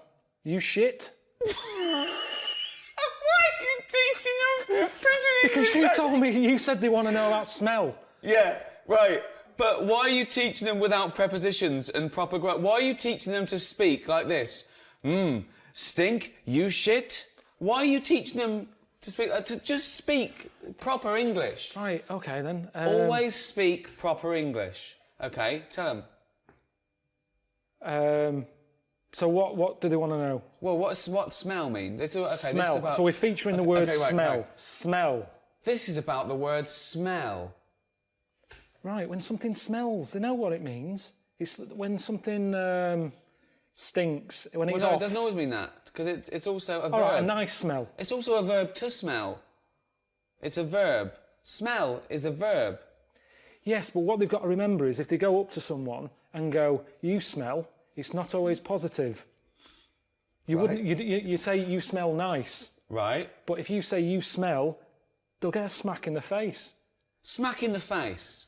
Smack in the face. Karl, what's a smack in the face? When someone thumps you. Thump. The worst English lesson ever. Right, okay. Okay. What would they want to let you see? That's why we've got to focus on... Are we focusing on Chinese? No. Well, we should, because different people want different things. Right. So what would Chinese want? They come to England. Right. What do they want? Why are you talking to me like I can't understand Because English I'm now? trying to think what to be clear to them. Okay. So I'm dropping out. So forget where they come from, wherever they come from in the world. They all want the same things. No, okay? but words don't mean the same thing. At certain places, there's people where it stinks in the world. They wouldn't come to England and need to say it smells because they're from a smellier place. No, they're not. Yes, they are. Milk. Let's do milk. Okay, let's do milk for anyone who isn't English. Okay, okay. We will act out a scenario now where you might need milk. Okay. Hello, Carl. All right. Would you like a cup of tea? Yeah. Yes, please. Yes, please. Strong. What tea bags have you got? That is a question I ask because it all depends on the amount of milk. Do you have Thai fu? That means more milk.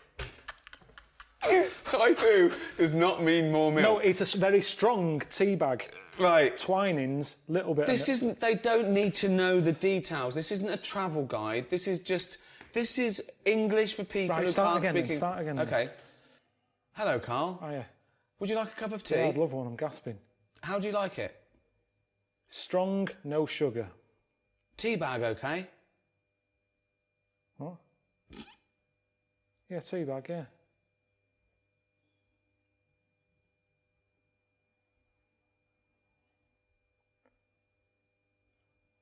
Alright, that should be alright.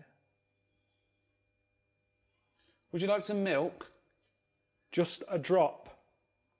A drop, not much. Would you like semi-skimmed milk? Yeah. Semi-skimmed milk. Whoa.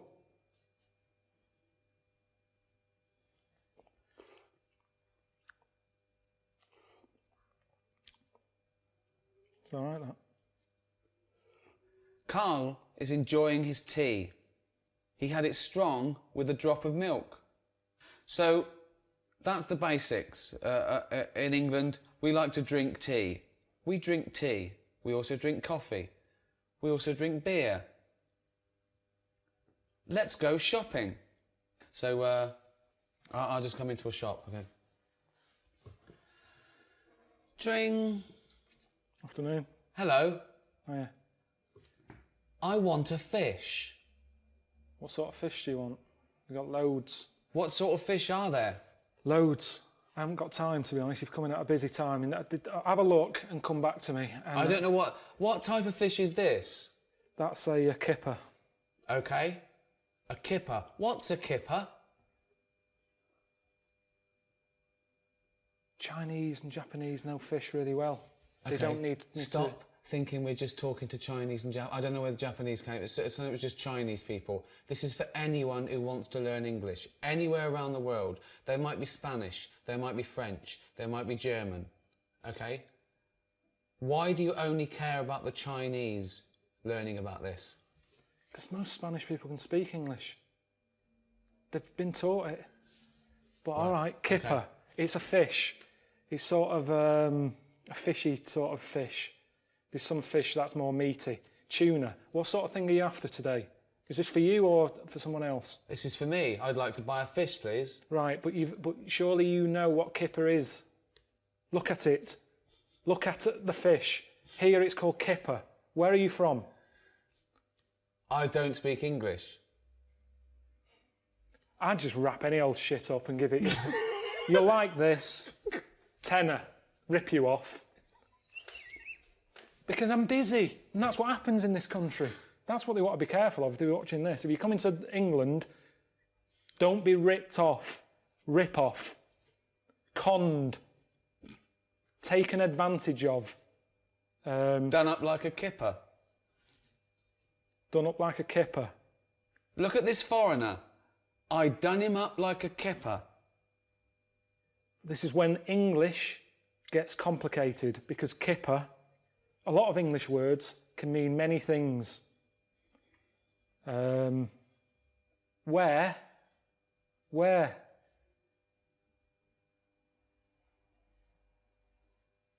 Same word, different thing.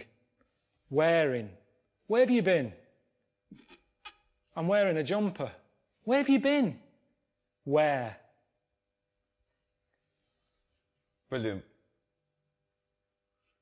One word, two meanings. At the spa.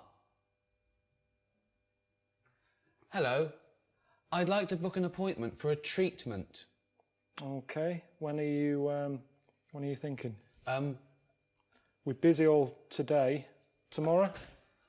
Can we just do it today? Can it just be available now? Can't we just do it that it's available now? There's nothing... Well, all right, I can fit you in.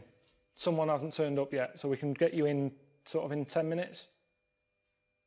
Okay. Right. Okay. What would you like? I would like a back, crack and sack waxing, please. I would like my back waxed, my crack waxed and my sack waxed. Right. Do you do the treatments yourself? No. I'd like you to. Well, I can't. Why not? Because I have to be on reception, taking calls. Well, okay. You can't request who's doing your sack, your crack or your back. There's a woman in the back who does your crack. Well, This is fucking insane. Right, that's enough. No, I don't know what we're doing. fuck I don't know who's going to learn anything from this. Wait.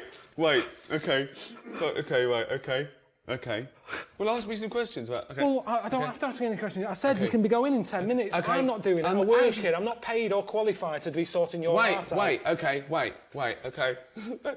Actually, thinking about it, the hair on my crack hasn't grown back, nor has the hair on my back. But my sack is very hairy. Wait, my sack is very hairy. I don't need my back waxed or my crack waxed, but I need my sack waxed. Right. Now, I'm surprised you haven't done it yourself, because it's the back and the crack that's the difficult bit. The sack you can do yourself. Oh. And to be honest, it should all be growing at the same time. No. So there's something wrong with you. No. You've got a hairy bollock. When your back is lovely and bold. Right. You don't need it doing... Bald. Fuck's sake. My back is bald. Yeah. My crack is bald. My sack needs waxing. Right. It's quite an emergency. My balls are very hairy. Can I have them waxed, please? Yes. How much just for the balls? £15 for £15 two, for the both. For two. Okay, Yes. that's good. So £7.50 each. It's £7.50. Yeah, but we don't split it. That's the price. Yes. You can't have one done. No, It's I have £15. I have two balls. How many balls do you have, Carl? Two. Carl has 2 balls. Are your balls hairy? Average. Okay. Which is strange because Carl's balls are hairy, but he is bald on his head. His head looks like a ball. His head looks like a bald testicle. Carl has a head like a bald testicle, but his testicles aren't bald. Okay. How long will it take to wax my balls? 10 minutes. 10 minutes. Okay. So it's £15 and 10 minutes. Can you do it? Can you do it now, please? No, I won't be doing it. You'll Why? be meeting Leslie in the back room. I don't really. I'm a little bit shy. I know you. Could you? You don't know me. You've just turned up. Could you wax my balls? No, I'm not waxing your balls. Bollocks. Scrotum. What else is there? Testi. If you're having one done. Bollocks. Sack. What else is there? Okay. Right, We've done done. that waxing. Okay. At the doctor's. Hello, doctor. Hello. I have a pain. Okay, whereabouts is the pain? My anus. Of course it is.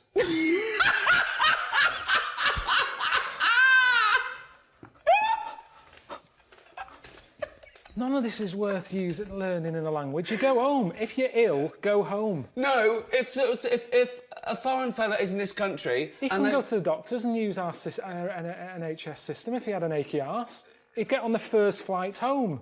Why aren't you going travelling? You're here as a tourist. Yes. Yeah? Right, well, see London. Instead of worrying about your airy bollocks, see the London Eye. The London Eye. Tower of London. These are things that are going to be useful to them. Okay. Tower of London. London Eye. Buckingham Palace. The Queen. I've never been on holiday and had to have my anus seen to. I haven't had to have it seen to whilst I'm here, at home. Give them useful words. Fromage. Why are you teaching them a French word if we're teaching them English? I'm just saying useful phrases. Right. I've got a headache. Okay. What would you do? Okay. What scenario would you do to teach them? Who are Carl you? will now teach you a useful scenario. Yeah, who are you? Anyone you want me to be. What do you want to do? The bins haven't been emptied. Who? Okay. Who are you? You're making this scenario up. So who are you then? The council? It's up to you. Right, you're my neighbour. Okay. Why do you keep putting bins out? The bin men doesn't come till Thursday. You keep putting bins out. I'm sorry, Carl. I'm very sorry. I've had a bit of trouble. I woke up this morning and it's the worst it's ever been. I've got distended. I've got a prolapse rectum and I distended. My testicles are very, very low because I'm old. I'm lactating. Yeah, all right. Listen, can you just put the bins out on a Thursday? I can't put the... my balls are so low because I'm an old man. Can you put the bins out on a Thursday? The bin men doesn't come till a Thursday. It's Tuesday. You're putting bins out too early. There's foxes getting at them. There's shit all over the place. There's dirty underpants you keep putting in the bin. I've told you it attracts foxes. Stop putting the fucking bins out two fucking days early when they've got to sit there and it attracts shit. I'm trying to sell me flat. There's dirty, shitty undies all over the fucking pavement. This has happened to you, hasn't it? Yeah, it has, yeah. Did it really? Yeah, it has. What did you do? They don't give a shit. They don't give a shit.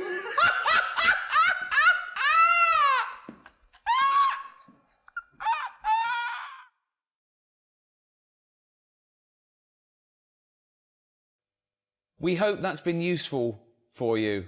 So when you visit England, you can talk just like an Englishman. Thank you for learning English with Ricky Gervais and Karl Pilkington. See ya. See ya.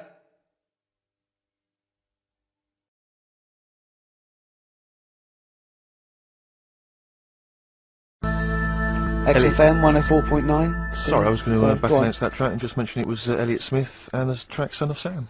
Well, I think I'd just better ask Carl a couple of quick questions about Hitler. Then we can, you know, get on with our lives. Okay, yeah, we can tick that particular box. Yeah, put that. Yeah. Okay, Carl. Put that particular dictator to bed. It's week 3 of his education. You've nailed Rasputin and Che Guevara. I don't want to lose complete sight of those. I'll maybe ask you a couple of those in the week just to so you keep your mind on it. But Hitler. Tell us the story. What have you learned? Do you want to ask some questions? No, not really. Just sum it up in a minute. What do you think? Can't do it in a minute.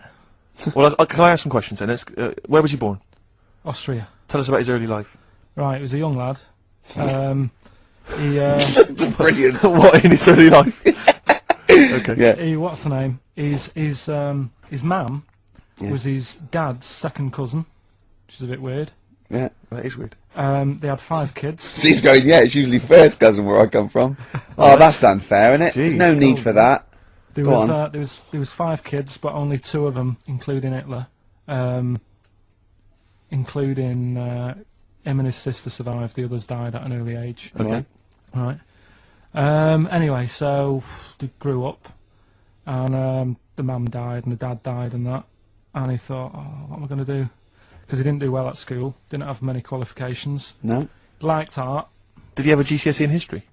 Liked art, right. And then, so he said, right, I'm going to go to Munich. I missed a bit out, actually. Jewish people were in Austria, he didn't really like them. Okay.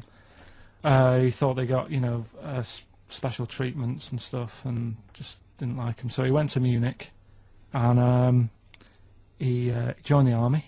Right. Yeah. Yeah. And he was in the army, and he got injured. Right.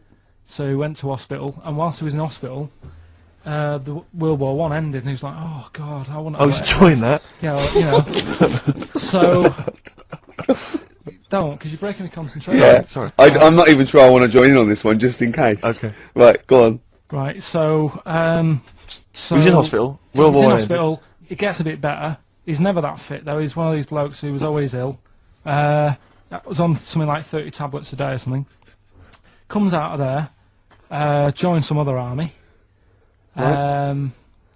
God, I knew it all this morning.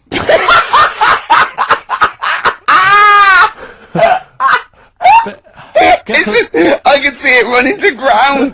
I just see his face going, I'm not nailing the fact, am I? And joined another army, and he was Listen, let's try and help you. So Here's a good bit. I remember this bit. He thought that war to men, right, was like childbirth is to women. That's how important he thought it was. All right. Right?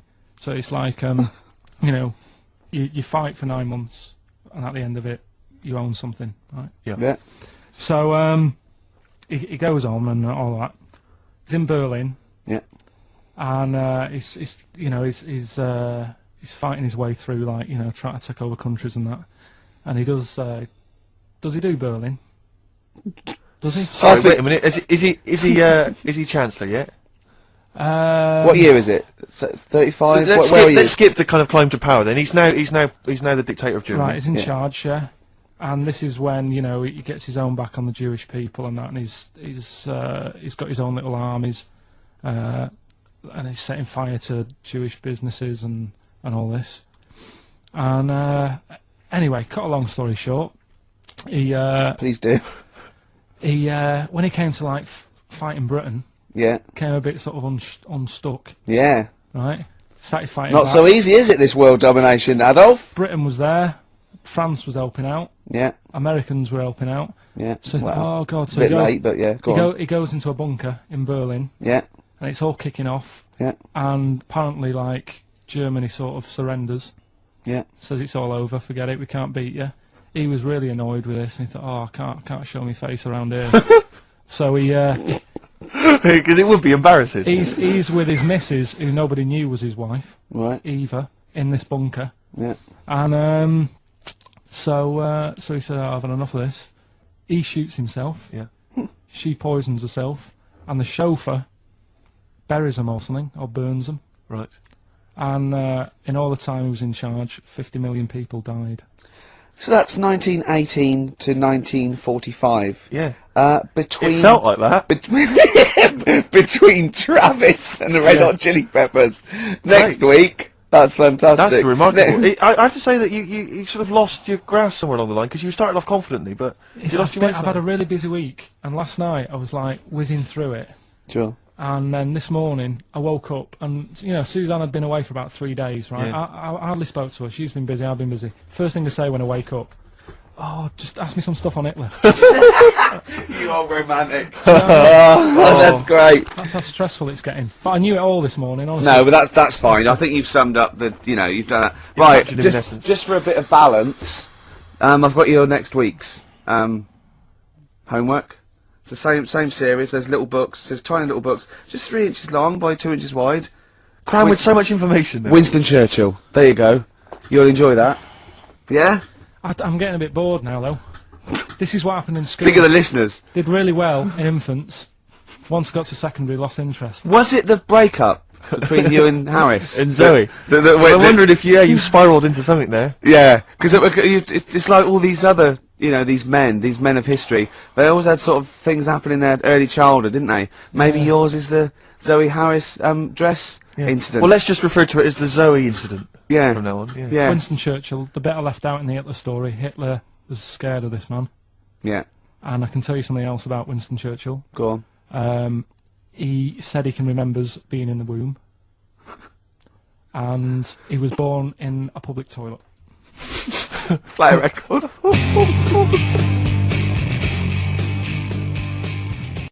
It's something, when I was looking on the web, found something out. Go on. It's a story about a woman who had a baby, who had a baby. What are you talking about? What? A woman who had a baby who was having a baby.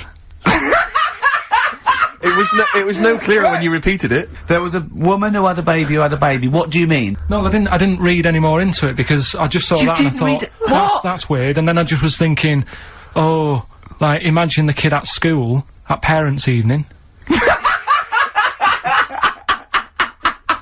Go on. And it's like, well, your kid's pretty good. Now let's have a look at your work, sort of thing. But what? Did the child have a baby? Yeah. Of course it didn't! Play a record.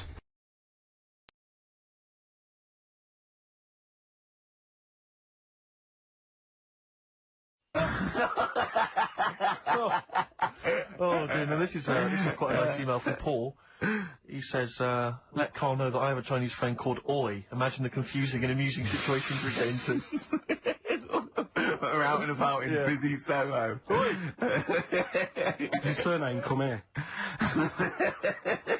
Lightning wit from Carl. Wait till you're 30. Yeah, I know. Brilliant. Is that good? People love the webcam. I don't know what they're interested in, because all I get is a picture of Carl's big head.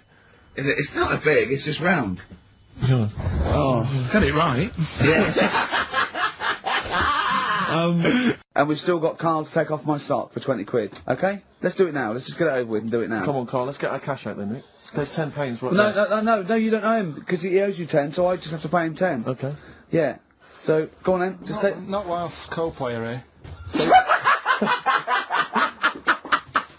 So, they've had to shoot off. My suspicion is that, like the cow story, the worm story is not true. But why would he get so sort of uppity about it? Well, imagine if that wasn't the first time he'd done it. Imagine if he did that every single time he was with somebody for the first time and Robin was just met them. He will tell that story to anyone. But they do say there's no smoke without fire. Oh, Robin! I also told him... That's a fable. I also told him... I mean, one of the other contestants on the Fact Club, Celebrity Fact Club, is another one is Jono Coleman. Oh, we love Jono. Now, Jono, I don't know, you know Jono, he's that guy who does, he used to be on TV, and I think he does a breakfast show on a rival station, doesn't he? He's happy, isn't he? He's so trivia, and he's a really nice bloke, Jono, but... It's funny, because he does a breakfast show on Heart, which is wrecking his own. There's a bit of irony. Oh, I love Carl. Thanks, Carl. Do you know what I mean? Yeah, I love you. I can see where you're coming from. Yeah, that's good. I don't blame him, because, I mean, there is some cracking stuff on cable TV. There's some great stuff. But I was flipping through the other day, and on digital TV, you can see what other shows are on while you're watching something. I was flipping through, and there was one, and it was called... Now, when are you ever in the mood to watch a TV show called I Survived a 200-pound tumour? When was that on? Because... No, they're two people. They're two people. Conjoined twins. Yeah. Right, so these... they just happen to have a similar taste in clothes. Okay. Anyway, so they were doing alright, and it all went wrong when he crossed the road, got run over. The lad with two heads got run over. That's it. What? How is that Cheeky Freak of the Week? Just because it got my interest, and I kind of thought, why didn't he just look both ways?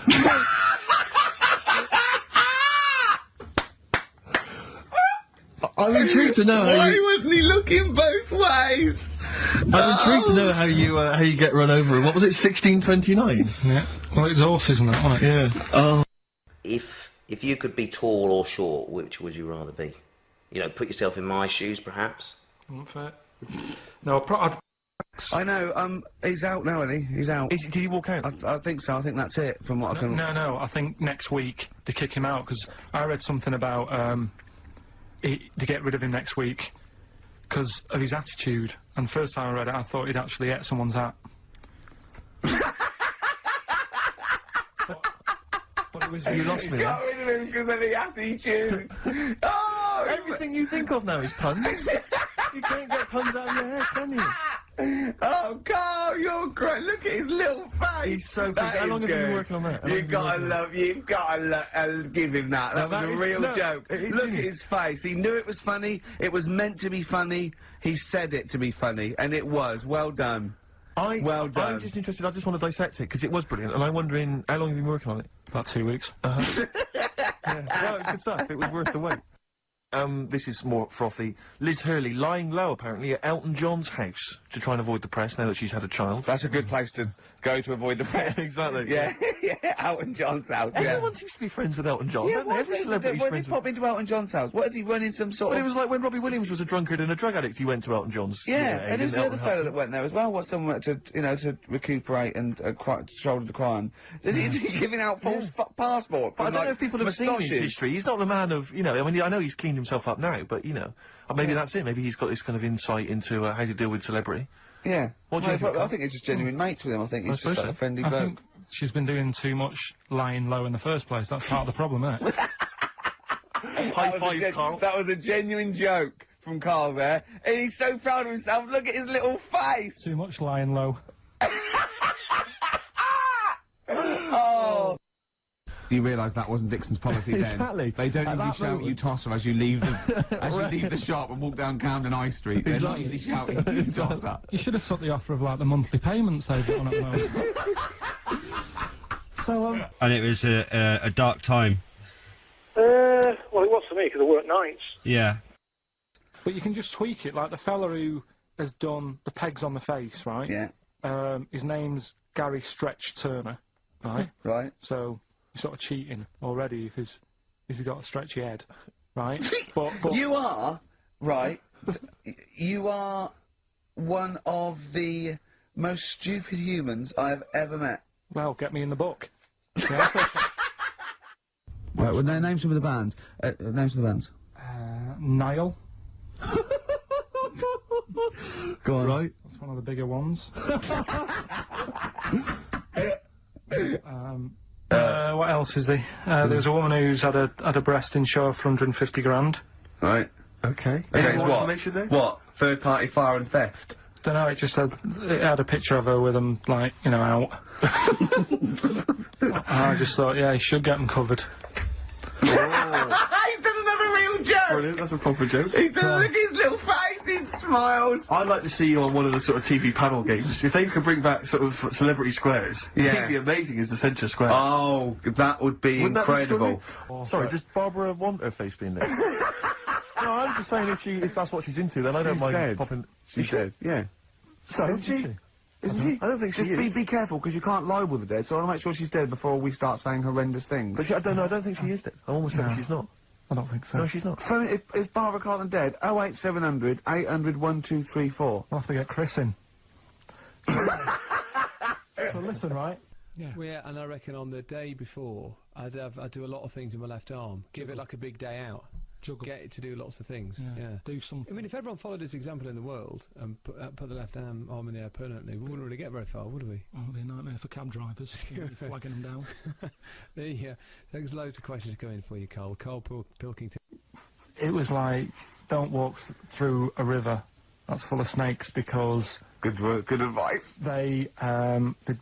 If you've got a kid in the car or in the house, turn your radio down if you don't want them to hear stuff like this. But, yeah, they go for your tackle. Why?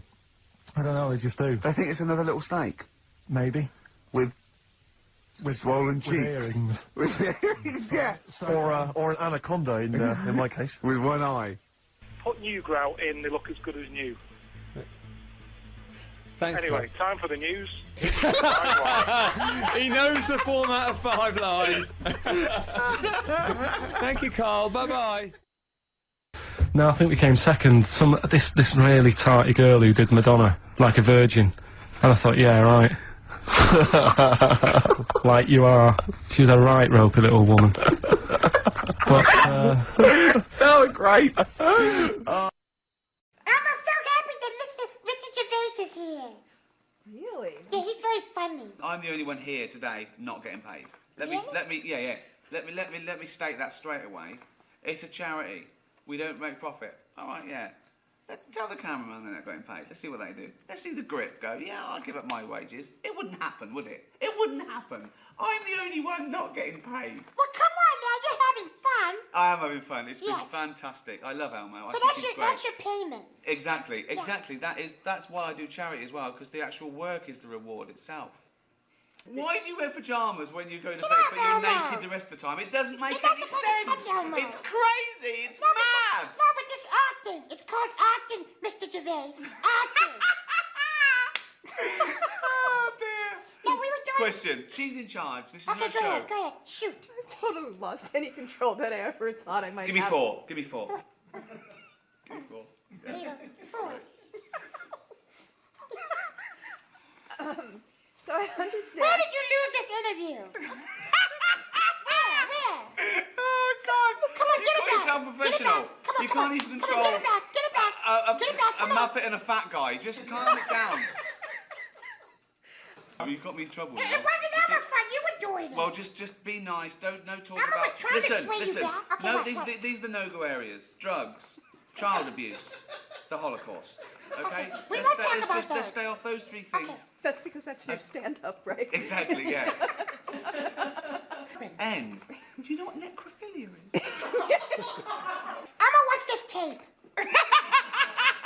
So do I. Set your pig is free. Set your pig is free. Set your pig is free. And for those of you who don't know me, and especially if we meet in the bar later, my name is Danny. Do you want a pint? Danny, do you want a pint? Fornication. I'll read that again. For an occasion like this, I want to make sure I keep up the traditions of being a best man. Apparently, I need to get the groom to the church on time. Tick. I need to remember the rings. Did that. And I need to have sex with a bridesmaid. Whee.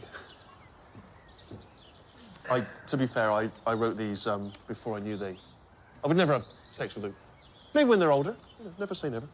And keep them away from pedo Rog. All right, pedo. Nice to have you. He's come a long way. Good lad. It's great to see so many people turn up to see Josh finally tie the knot. And about time, too. Nat's got it all. She's brilliantly clever, apparently really delivers in the bedroom. Like mother, like daughter, eh? He knows what I'm talking about. No. And I don't know about you, but I feel she could easily be a model, I think we'll agree, if it wasn't for her nose. When I first saw her beavering away, cooking Josh a meal, I knew she was a real catch. I've got no idea why her previous boyfriend cheated on her, but I'm glad he did. Cheers to him, wherever he may be. Probably shagging. No. Seriously, Nat, you're a real 8 out of 10, love. I mean that sincerely. And we're delighted you and Josh have found each other.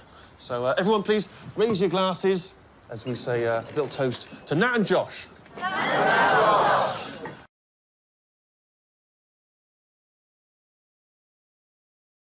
Would you say you've ever been brave? Because I was thinking before we did this, I can't think of a time when I've ever been brave. I don't think I've been cowardly. I've just never been in a situation where I needed to be brave, particularly. I've always managed to avoid fights, conflicts. Yeah. See, when I was in Salford, I'd nipped to Greg's to get a pasty. I heard some bells going off.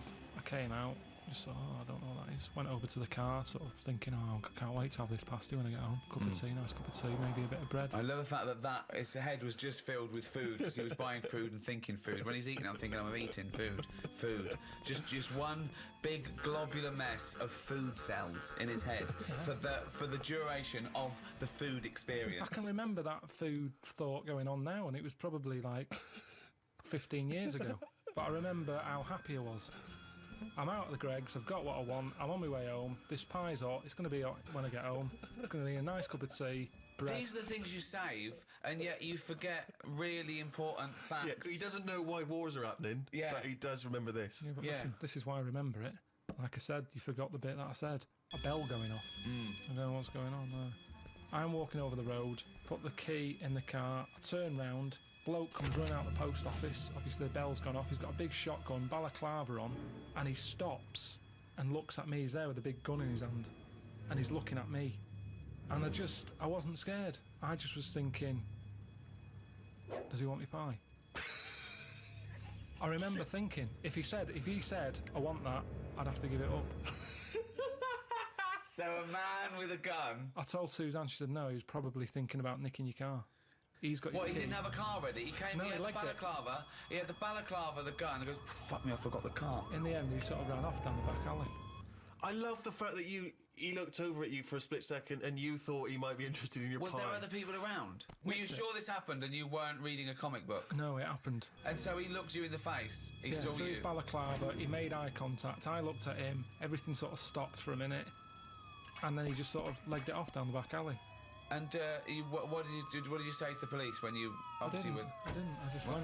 Well, you were a witness to the crime. Had my pie. Like I said, it was warm. It's not going to stay warm forever, is it? But when it was on Crime Watch a few weeks later, No, said it wasn't. That's what was weird. I said to Suzanne, "Oh, let's watch like Granada Reports tonight. See if I'm on the telly or anything." Nothing. Didn't even get reported. Why would you be on the telly if you just ran Just away? didn't say CCTV or something like that. If I was involved in it, they went, "This happened today in Salford outside Greg's. Are you this man with the pie?" I wanted to make sure I was well out of this one. Because Suzanne sort of said, "Oh, should you get involved?" But you shouldn't get involved because then I'm at risk, aren't I? Nobody was Well, there killed. you are. We're back to bravery again, aren't we? Yeah, it is bravery. Go on then.